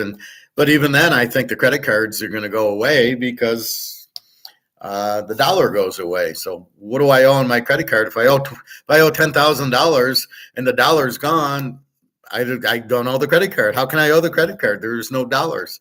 Now, if they come out with a new dollar, they might adjust it. So this, if your 100 grand buys you 50,000 of the new dollar, then your credit card you owe 10 grand on, now you owe 5 grand on, something like that. I don't know. That would be my guess. They need the medium of exchange. So I'm going to read that one more time. I've read it yesterday, but I have so much fun educating that I'm going to read it again. So the medium of exchange is what everybody wants. This is why Bitcoin is not money. There's two values, exchange and use. Convenience develops by economics. So it's convenient. That's what a debit card is. Qualities for the medium of exchange. It's got to be portable. It means it goes in your pocket. It can't be a big rock, right? It's got to be paper or coins. It's got to be scarce to keep the high value. If you overabundance, it loses value, which is the inflation, which is the printing, which is what they're doing now. They're overabunding it, losing value. Divisible for small exchanges. We have $1, $5, 10, and 20. Fungible, everything is the same. Gold is gold, silver is silver, dollar is dollar. Acceptance, everybody must accept it, which everybody does. And durable, that's why gold and silver, gold you can't do anything with. Value, most marketable commodity is value. Don't ever forget that one. So that's why the gold and silver, it fits all those qualities. The dollar, the problem is you've overprinted it. What do they call it? Overabundance. You can't print too much, it loses value. That's why we got to be on a gold standard. So my guess is they'll come out with a new one of these and try to pass it off as it's Putin's fault, there's new money, da-da-da-da-da. And at that point, it'll only last a few months. Any dollar, now this is critical, anything that comes out new that isn't backed by gold is going to go to zero much quicker. This people don't know. But once this fails, and they know it fails because of it's not backed by gold or anything, then they try to bring out a new one of these. Well, what's going to happen with that? Nothing. Because you're gonna try to do that, and nothing's going to happen with that. So it might come out for a few months. CBDCs, if they're not backed by gold, it's the same thing as this dollar. It's worthless, even though it's a CBDC. This means it's digital. Doesn't mean it has a value. And the problem with CBDCs are acceptance. It's not going to be accepted. It's not scarce.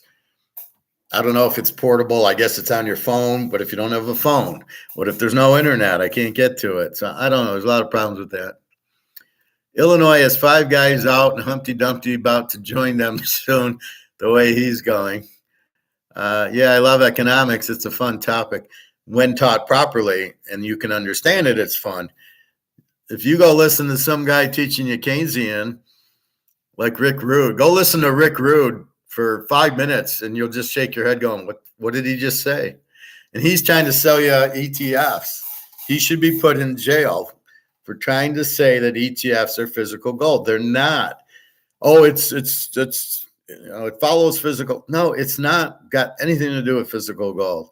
It's paper. It's the same thing. It's like saying this is, you can get gold for this. You can't get gold for that.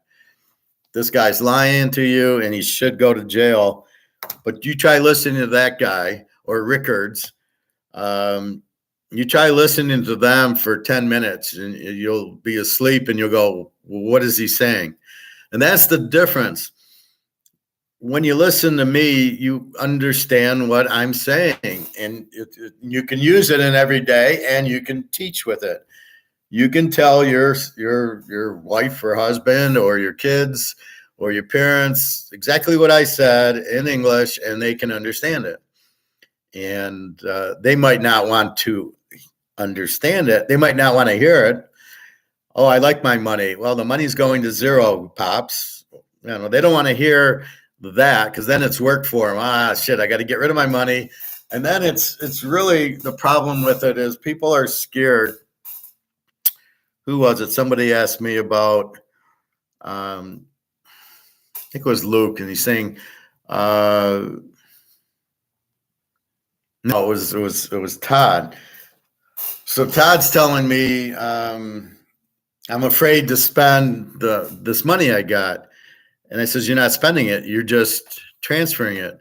It's going from paper to gold. You're not spending a nickel.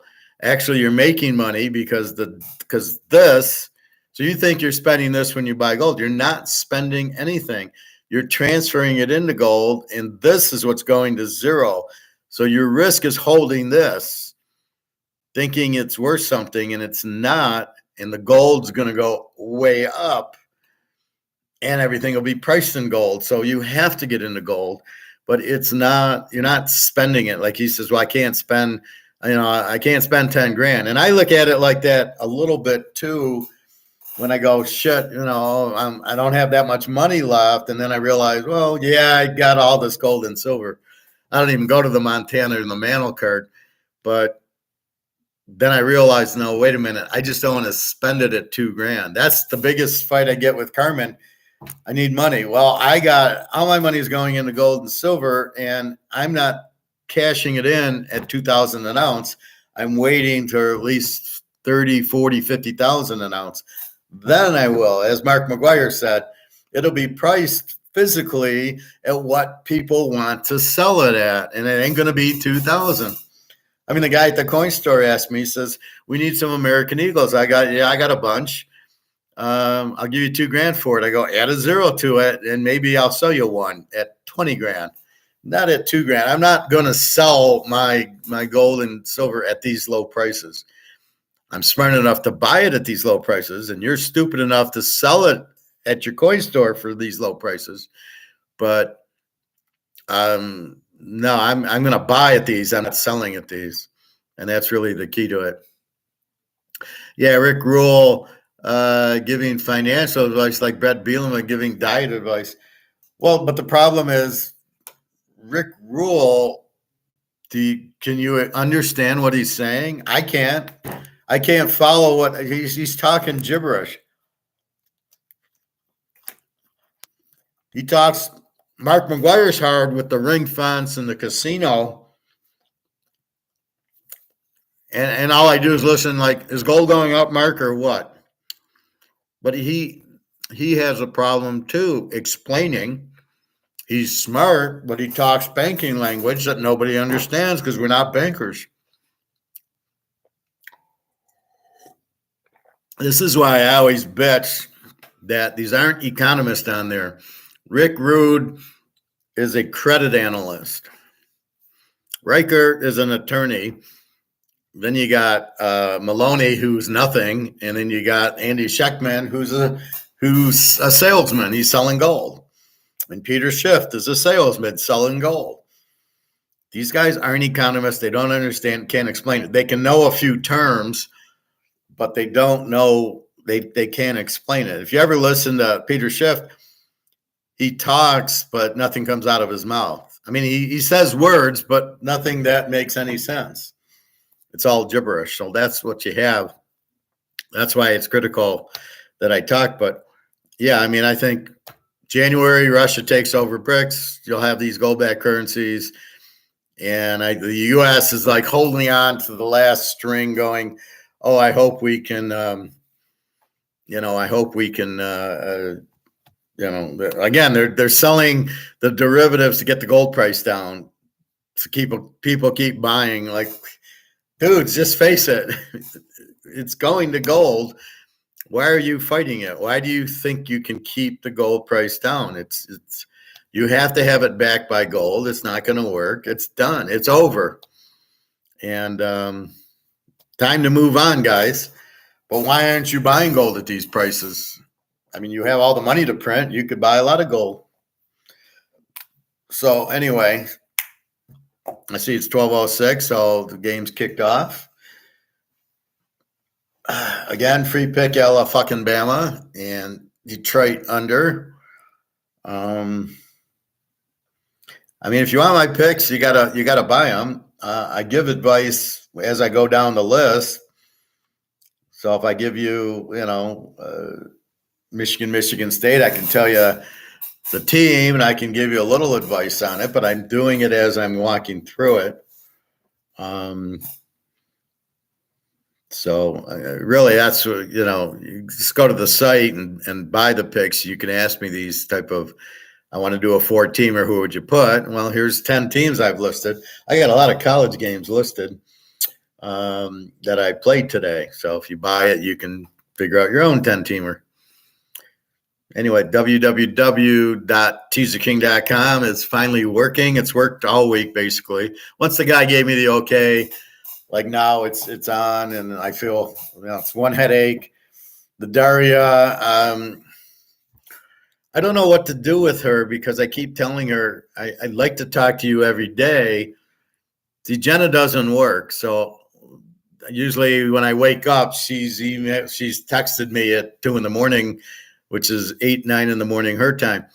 But with Daria, I don't know what she does. Like, I'm working all day, and I'm thinking, well, when you wake up, why don't you text me? She's probably getting ready and then runs to work. And they work like 12-hour days in Russia. That's the problem, right?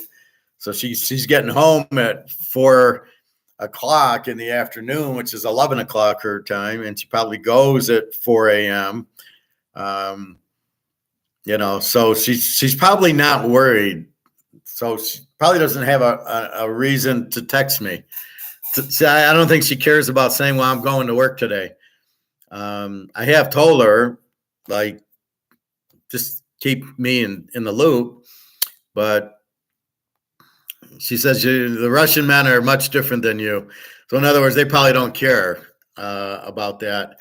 Where I do, I just want to make sure she's safe. I'm in America. There's nothing I can do. So, but at least she texted me yesterday, so I know she's okay. I don't worry that she loves me. That's not a worry. Then we're planning on our meet, but the fucking war. So I'm not really worried about that. I've helped her with her teeth. So, you don't kill the goose laying the golden eggs. So she's getting 2 more implants, which I've already given her half the money for. So she's not going anywhere. I don't think she's got a boyfriend there. I'm not really worried about that. And then we just want to meet and be together. So it'll happen. So I'm not worried, but I just get anxious. I'm a pattern, like every Saturday, General Chow. So like, I like hearing from, friends and family every day to know they're okay. I don't need to hear from her 10 times a day. It's just, hi, I'm fine, going to have fun, going to work, whatever. That's it. I mean, I don't text her all that often. I just say, hi, have a good day.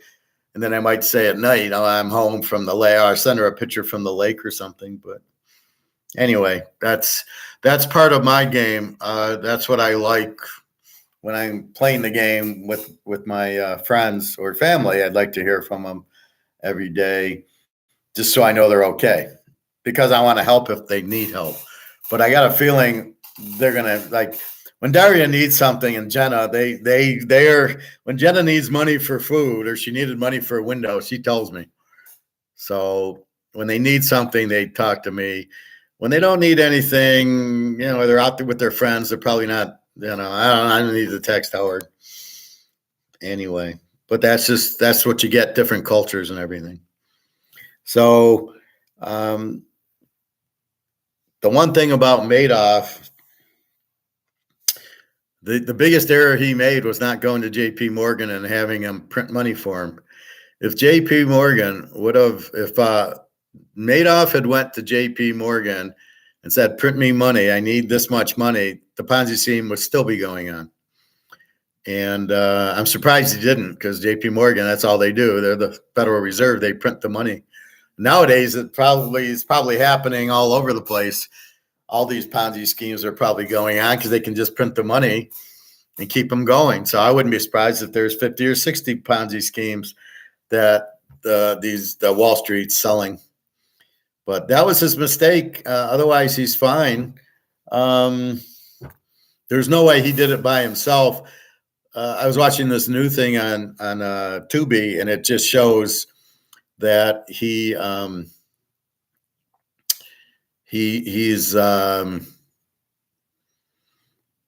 all this web in Europe, and all the mafia was involved with all these offshore banks, which are all mafia, where they launder the money and everything.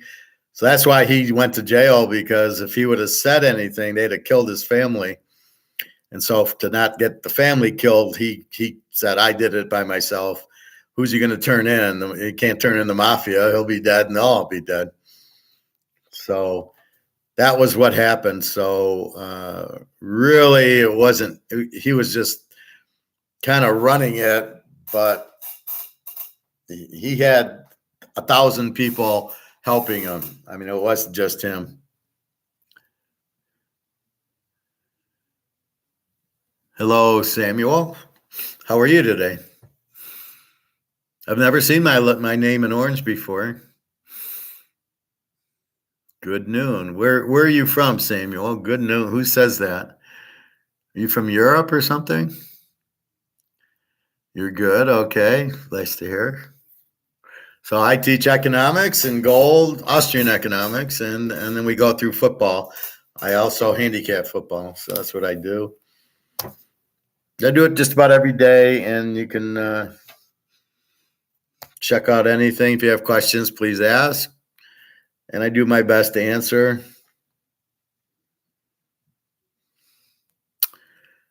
And that's about it. Bobby, you're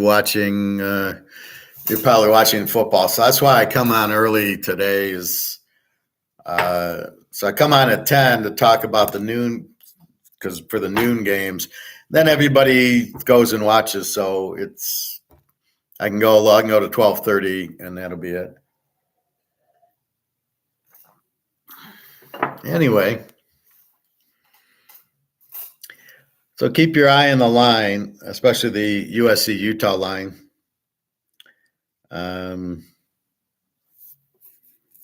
Keep an eye on that.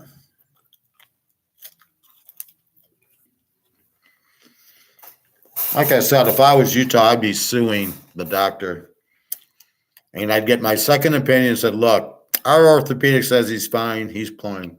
This is ridiculous. You're from Mississippi. Okay. Yeah, I think I'll get General Chow. I got the Hunan chicken or Szechuan chicken, whatever it's called. It's white chicken. It's not cooked like the General Chow or the almond boneless with all the vegetables. But what I find is the General Chow is a ton of chicken. And the Szechuan or Hunan chicken, whatever the fuck I got, does not have that much chicken in it. It was a lot of vegetables. But I eat all vegetables all the time anyway, between my omelet and my salads, that I don't want to eat. I don't want to get that. I'd rather get all the chicken. I'll just leave the General Chow sauce. It's a sweet and sour sauce on the side. Then I can dip it a little bit, and that's okay. I can have a little bit of sugar without having too much. I just don't want it drenched in it. And then I'm eating too much sugar, because that's why I say I feel funny after eating it, is all the sugar in the sauce. So I'll just get the container, I'll dump it in, and off I go. I actually made chicken breast the other day. And so I'm eating that, and then but I'll get General Chow today, and then I'll have General Chow today, tomorrow, and the chicken the next day. And as I saw, hamburger was on sale, steak was on sale, so I get a bunch, fill the freezer. I'm getting chicken breasts for $1.99 at the good grocery store, so I just take advantage of that.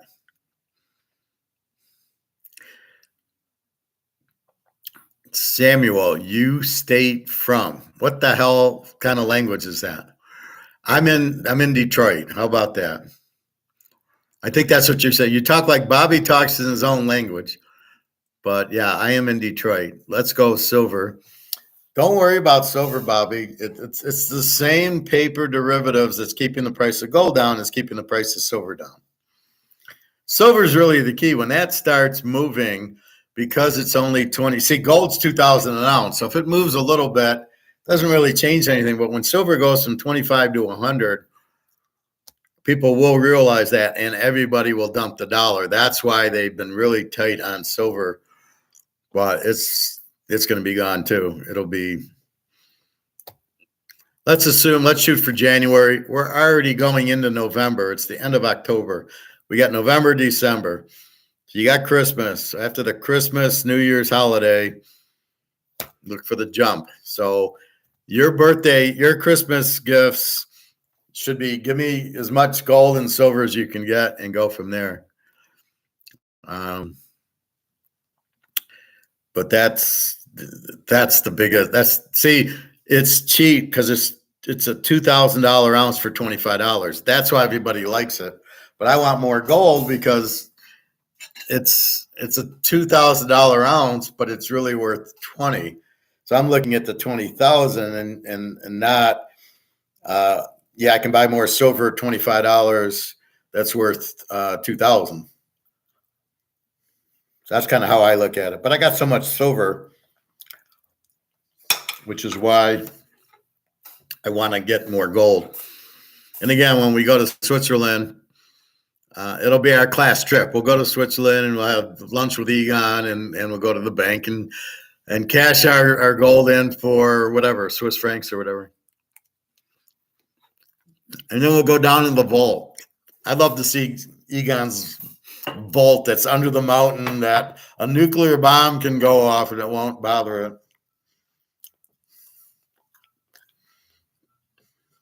But Egon basically says the same thing. I don't care about price. The dollar is being devalued. It's going to zero. The only thing you can go into is gold. He says the same thing, just like I do. It's really the same story. But really, there's no other story to tell. And then you see the thing is, you think because for 50 years it's been price fixed, it'll always be price fixed. And that's what I'm saying. Brady was on New England and they get stats, but he's no longer there. What changes? There's no Brady. Now New England sucks. Well, gold's been suppressed by JP Morgan and Comex, but now the game's over because of Basel III and people buying the gold and Russia and China. All these new variables enter in and they can't keep suppressing it. That's what changed. That's why we agree. For 50 years, it's been kept down, but look, it went from $35 to $2,000, even though it's been price fixed down. And there's not enough. There's not enough gold and silver to meet demand. So once it goes, the price will go. It'll go much higher. Tornado Alley, is that like a bowling alley in Mississippi? Did you bet on Mississippi today or Mississippi State?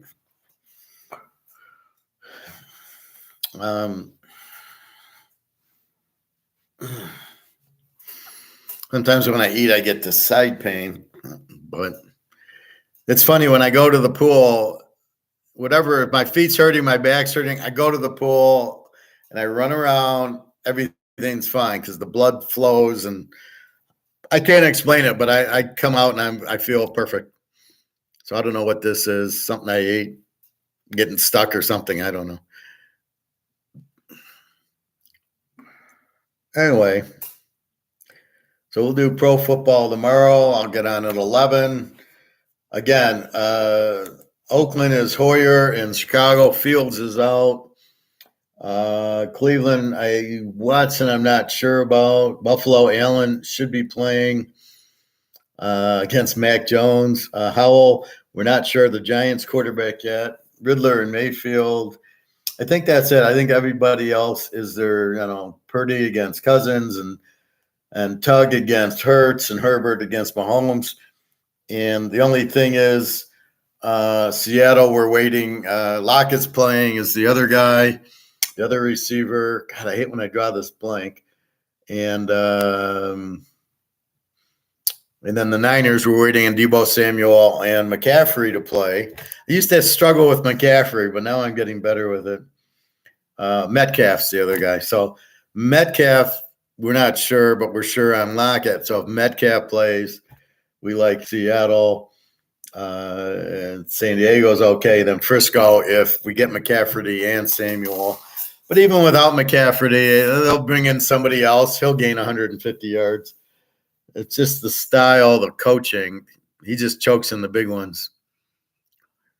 I didn't know Fields is out. Who's the backup? Bobby, you're better than the backup. I'm Bickert or something. I've never heard the name. Never heard him in college. I have no idea. I think he's from the grocery store. But Fields is out. He dislocated his thumb or something. And so is Carr. They're both, or Galopolo. They're both out. Hoyer from Michigan State is Oakland's quarterback. The over-under on the game is 38.5. And Oakland's still favored by 3, but you got a quarterback that Bickert, who I've never heard of, and I've heard of every college quarterback from doing my college, and I've never heard of the guy. How could this be your option for quarterback? You could have traded for Trask or Greer. You could have drafted, you could have drafted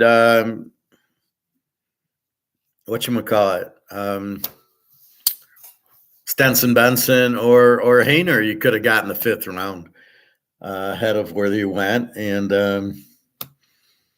there were still some free agent guys you could have gotten. So it's amazing that not only do they think Fields is the answer, but they don't even have a backup.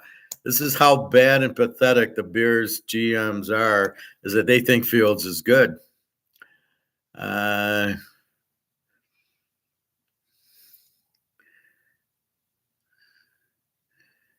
Okay, as I tell Bobby, Sam, it's 4 quarters, so I don't worry about the first score. I worry about the last score. They're out, and then it's just Daniel Jones for the Giants is a question. Josh Allen apparently is going to play, and then we're not sure about Watson yet. Is it going to be Watson or is it going to be P.J. Walker? Minshew is the quarterback for Indy now. And that's it. I was surprised by the Jacksonville-New Orleans score. I had it under. I got a 20 and a 16 defense, and I get a 55 game. Jacksonville runs a lot of bullshit plays, these little fake pitches and little counter plays is what they call them. And Lawrence is running. He can't throw, so he runs for 20 yards. Just really, I don't get him. But anyway,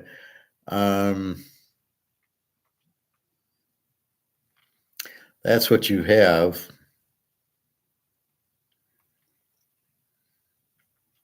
We'll get into that tomorrow. So I'll be on 11 to 1, so we have time before the game. That's all I know. And then tonight, if you need a late one, you got Michigan State, you got Clemson, Miami, Duke, Florida State, Utah, USC, UCLA, Stanford, and Arizona State, Washington. So the late games are UCLA, Stanford, and Arizona State, Washington are your 10 o'clock games. And then the 7 o'clock games that, Duke, Florida State, Michigan State. Why is Michigan State on at 7 o'clock? I don't think these networks have a clue what they're doing. It's like a grab bag. It's like they go through the games. So they put Ohio State, Penn State on at noon. That should be your night game. And Michigan State on at 7. Well, what's the point of that? I don't really get it. I mean, I used to go to the Michigan games. They were 1 o'clock Saturday in the 70s. It was always 1 o'clock on Saturday. And Bo going, well, we'll never change. And I remember they tried to make a noon kickoff, and Bo had a shit fit. But the problem is, take somebody like me. I'm very much scheduled. I go to the pool at 10 o'clock. I do my class, and I go to the lake. I eat. I wake up, I send a message to Daria and Jenna. I very much am in a pattern, and I don't like when the pattern's broke. That's why I don't like when Daria doesn't contact me. I don't like what I like, okay, when I wake up, there's Daria, hello, I'm fine. Okay, I can start my day and I'm happy and I send it back to her. But when I don't hear from her, okay, one day, but when I don't hear from her for 3 days, I can't handle that pattern. And that's my math side, it's my NFJ side.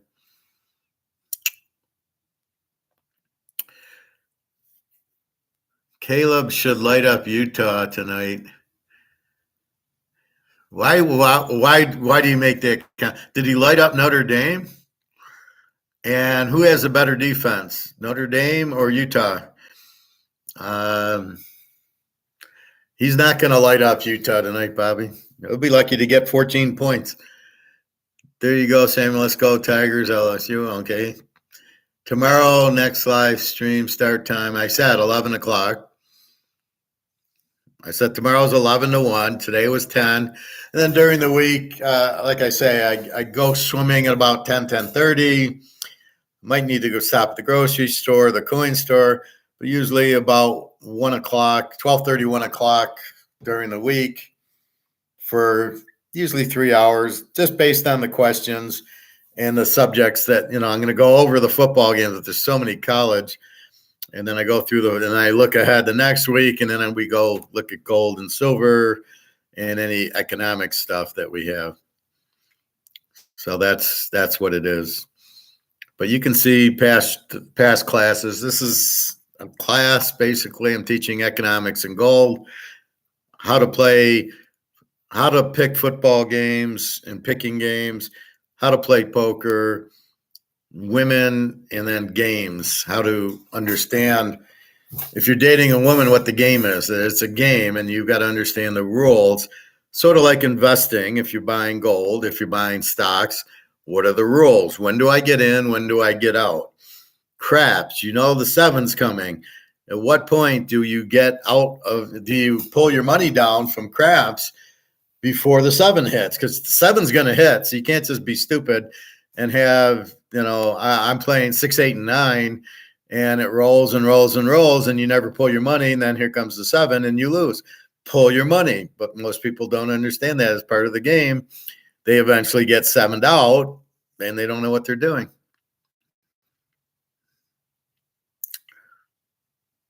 Oh, class, isn't it? What are you talking about?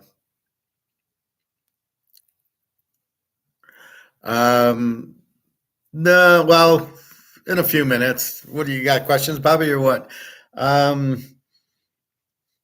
Basically, economics, as we talked, is a market. What's a market? I sell my Canadian club. Is there a buyer?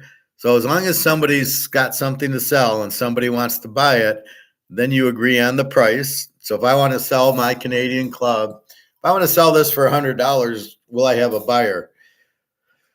Now, if I have a bunch of them, will I have more buyers? So at $75, I'll have more buyers than at $100. And at $50, I'll have more buyers than $75. So the key is there demand for this? Does people want to buy it? And then what's the price? And then as a seller, you try to figure out the optimal price. Well, if I get 100 people at 75, but I get 50 people at 100, you multiply it out. What do I make more money at? And that's the price. So sometimes you want more people buying, so you lower the price. Sometimes you don't, and you raise the price, but I'm going to make more money at a higher price that's like these haircut places. They raise their price. They go, we're going to lose customers. You've got to understand economics. You're not the gold standard of a haircut place. So you can't be $50 for a haircut. Nobody's going to pay for it.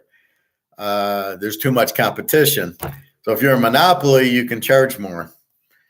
And that's what the U.S. is trying to be, the monopoly on that. But here comes gold. It can't compete with gold, but they're still trying to compete with it, and they can't. So eventually it breaks up and everybody jumps to gold, and then the dollar it's worthless, gets out of it.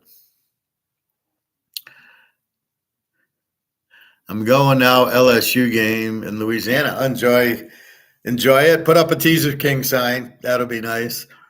Maybe a Bobby Bow. Here's his cards. Maybe, walk around with the Bobby Bow card. He's a big LSU fan. So enjoy the game. But really, that's economics. Economics is just fundamentally, is there a market? If you sell something, is there buyers? And then figuring out the price, and then having sound money. And, basically that's most of it. It's letting the public who produce a good, I produce my finance and economics and football, and then I consume the gold and the food and whatever else, a phone, a clothes, whatever. And that's really what you are looking to do. That's really economics, Austrian economics. And the difference is the Keynesians believe in monopolies. They don't believe in choice, and they believe the government should run things, not the individual. So they want the government to determine if they even sell whiskey and at what price. So like the government wants to sell the electric vehicles, and okay, you can sell them, but does anybody want them? They don't care that nobody wants them. The Austrian economists would say, is there demand for the vehicle? I'm only going to make what people want. And the Keynesians go, well, I'm going to sell this, and there's no demand for it. Nobody wants it. That's what'll happen. It's just a joke. I will be out there for LSU A&M. That's your game. Bye, Samuel. See you. I'll be here. If you go onto my site, www.teaserking.com, you can get my email if you need to talk to me. If you want to do some investing, one of our friends got some money and he wants to know what to do with it. I said, just sell it, buy gold. There's no risk in gold, and nobody tells you that. That's what I get upset about. Anyway, I think that's about it. It's 2.5 hours. It's 12:30. I'll probably go to the pool about 1. I got to get rid of this pain in my side. It's just like right here. It's like right here. I get it. I got it last week, and then it goes away, and I never have it again. So we will see. Anyway, have a nice day. www.teaserking.com. Free pick Alabama with the Lions under should be that. I've given you many opinions on just about every game. If you want to rewatch it and look what I want with the UCLA game, the Washington game, the Utah game, the Clemson game, I basically told you what type of team they are. So for example, Utah State, San Jose State, they're both over teams. Should be a high-scoring game. So I give you that kind of hint. You get that paid when you eat. Interesting, because I get the same thing. It almost feels like there's something stuck there. I just had an ice cream, so I'm wondering if it's the sugar. But I'll get it. Hopefully, when I go to the boys' room, it'll stop. Then it'll stop. But but I don't get it often. I mean, it's got, and then it goes away. So, but when I'm in the pool and I'm running around and the blood's going through, then I get out and I'm fine. So it's really strange when you're running around all of a sudden. If my knee's hurting, I'll go in the pool and start running, and all of a sudden my knee's not hurting. So it is definitely the water that helps, and it's definitely the movement that your blood that kind of freezes it up. So yeah, it's strange. I think it's a digest live thing, probably acid reflux. Maybe I don't know what that is, but again, I don't have it all the time, and it's only in the side. It's not moving. If you're ever worried about your appendix, it's in the right side, but it moves. It won't just stay there, so it'll move around. and you'll throw up. So if you don't have a fever and you're not throwing up and you feel these strange pains, it's nothing. It's just bullshit that you just let pass. But it's only if you get the fever and throw up is when you start worrying. It really goes away. Yeah, I find a lot of it, especially in swim. If you ever have a problem, your back, your foot, just get in the pool and do a light run, do a run, and then go take your hot tub, and then you'll be surprised. Your back's fine, your feet are fine, everything's fine. I went yesterday to the lake early to go walking because it gets dark at like 7:00 now. But it was raining. I couldn't do my football, unfortunately. But yeah. Bobby, I expect typos from you. It usually goes, it always goes away. Like I said, usually after I go to the little boys' room, it goes away. But anyway, so I kind of heard from Daria, but again, it got frustrating because she said, I'll be home in 2 or 3 hours. I'll text you then. And she never texted me. Then I wake up, she didn't text me. But I think she's at work because I see her pop in. I think what frustrates me most, Bobby, is I'll see she's online on WhatsApp and I'll say, oh, hi, how are you? I hope you're feeling all right. And I don't get a response. Now, she's online, but she's obviously busy, maybe, and she's probably at work. So I can't really, so that always bothers, like, if you text me, I normally can respond unless I'm talking to somebody else. Even in class, that's why I take it, is, I want to respond to them. Ramon soup and sushi time coming up. I got it getting delivered. Well, bon appetit, as we say in Europe. And good luck today on the games. I think I'll turn on a little Ohio State, Penn State. I don't have a bet on them, so I can watch it. Some of these games, it's hard to watch. When you bet an under, it's so hard to watch because you just want to know the final score. You don't really want to, it's 28-10 at halftime. You're like, fuck. So you don't want to, you just want to see the final on over and under. Well, overs you can watch a little bit, but unders you can't even watch. You don't even know what to do. Get a first down, not get a first down. And then my last point I'll leave you with is the fourth down shit that people don't understand. Across Oregon, they had the ball just before half, 4th and 5 at the 5, they go for it. They lose by a field goal. Why isn't he kicking the field goal? Then you gave Washington momentum for the second half. He went for it again. He didn't kick a field goal, and he didn't get it again. They lost by a field goal. And then Washington was down at the goal line, didn't kick a field goal, got lucky that they won, but they needed to score late, a touchdown to win. So the moral of the story is when you go for it on 4th and you don't make it, you give the other team momentum. It's like a fumble.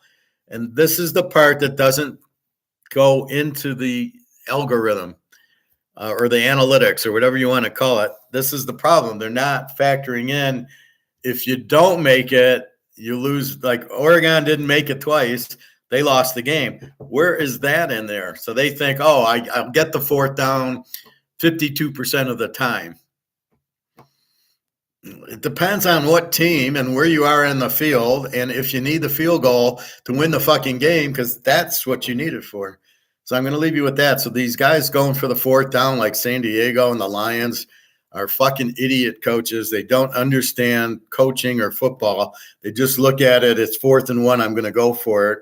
And then they still don't get it. When you don't get it, it's all the momentum. It's the same as a fumble. So they can't comprehend the giving momentum to the other team, and they're not kicking the field goal and getting the points. And then they lose by 3 and they're like, what the fuck are you doing? You don't just go for 4th down like it's 100% you're going to make it. So that's what I leave you with. All right, everybody. www.teaserking.com. I got 2 locks going this week that haven't kicked off yet. We got Alabama with the Detroit Lions under tomorrow. So today, tomorrow, college pro, and we'll have a ton of games tomorrow once we're sure of the injuries. So we know Fields is out, and we know Garoppolo's out, so we know what to do. We don't know if it's Taylor or Jones for New York. We don't know if it's Watson or Walker for Cleveland. The rest are pretty much, we know what the quarterbacks are. Okay, Bobby Bo, good luck to you. Good luck to LSU. I think they'll kill them today. I think it's an over. I haven't bet it, but I think it's a good over because LSU is going to probably put up 40 points on them. Army will score. It's 50. You only need 53. LSU might almost get it by themselves. All right.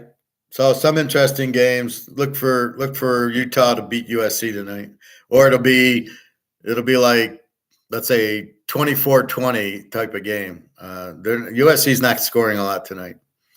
All right. Take care, everybody. Have a nice day.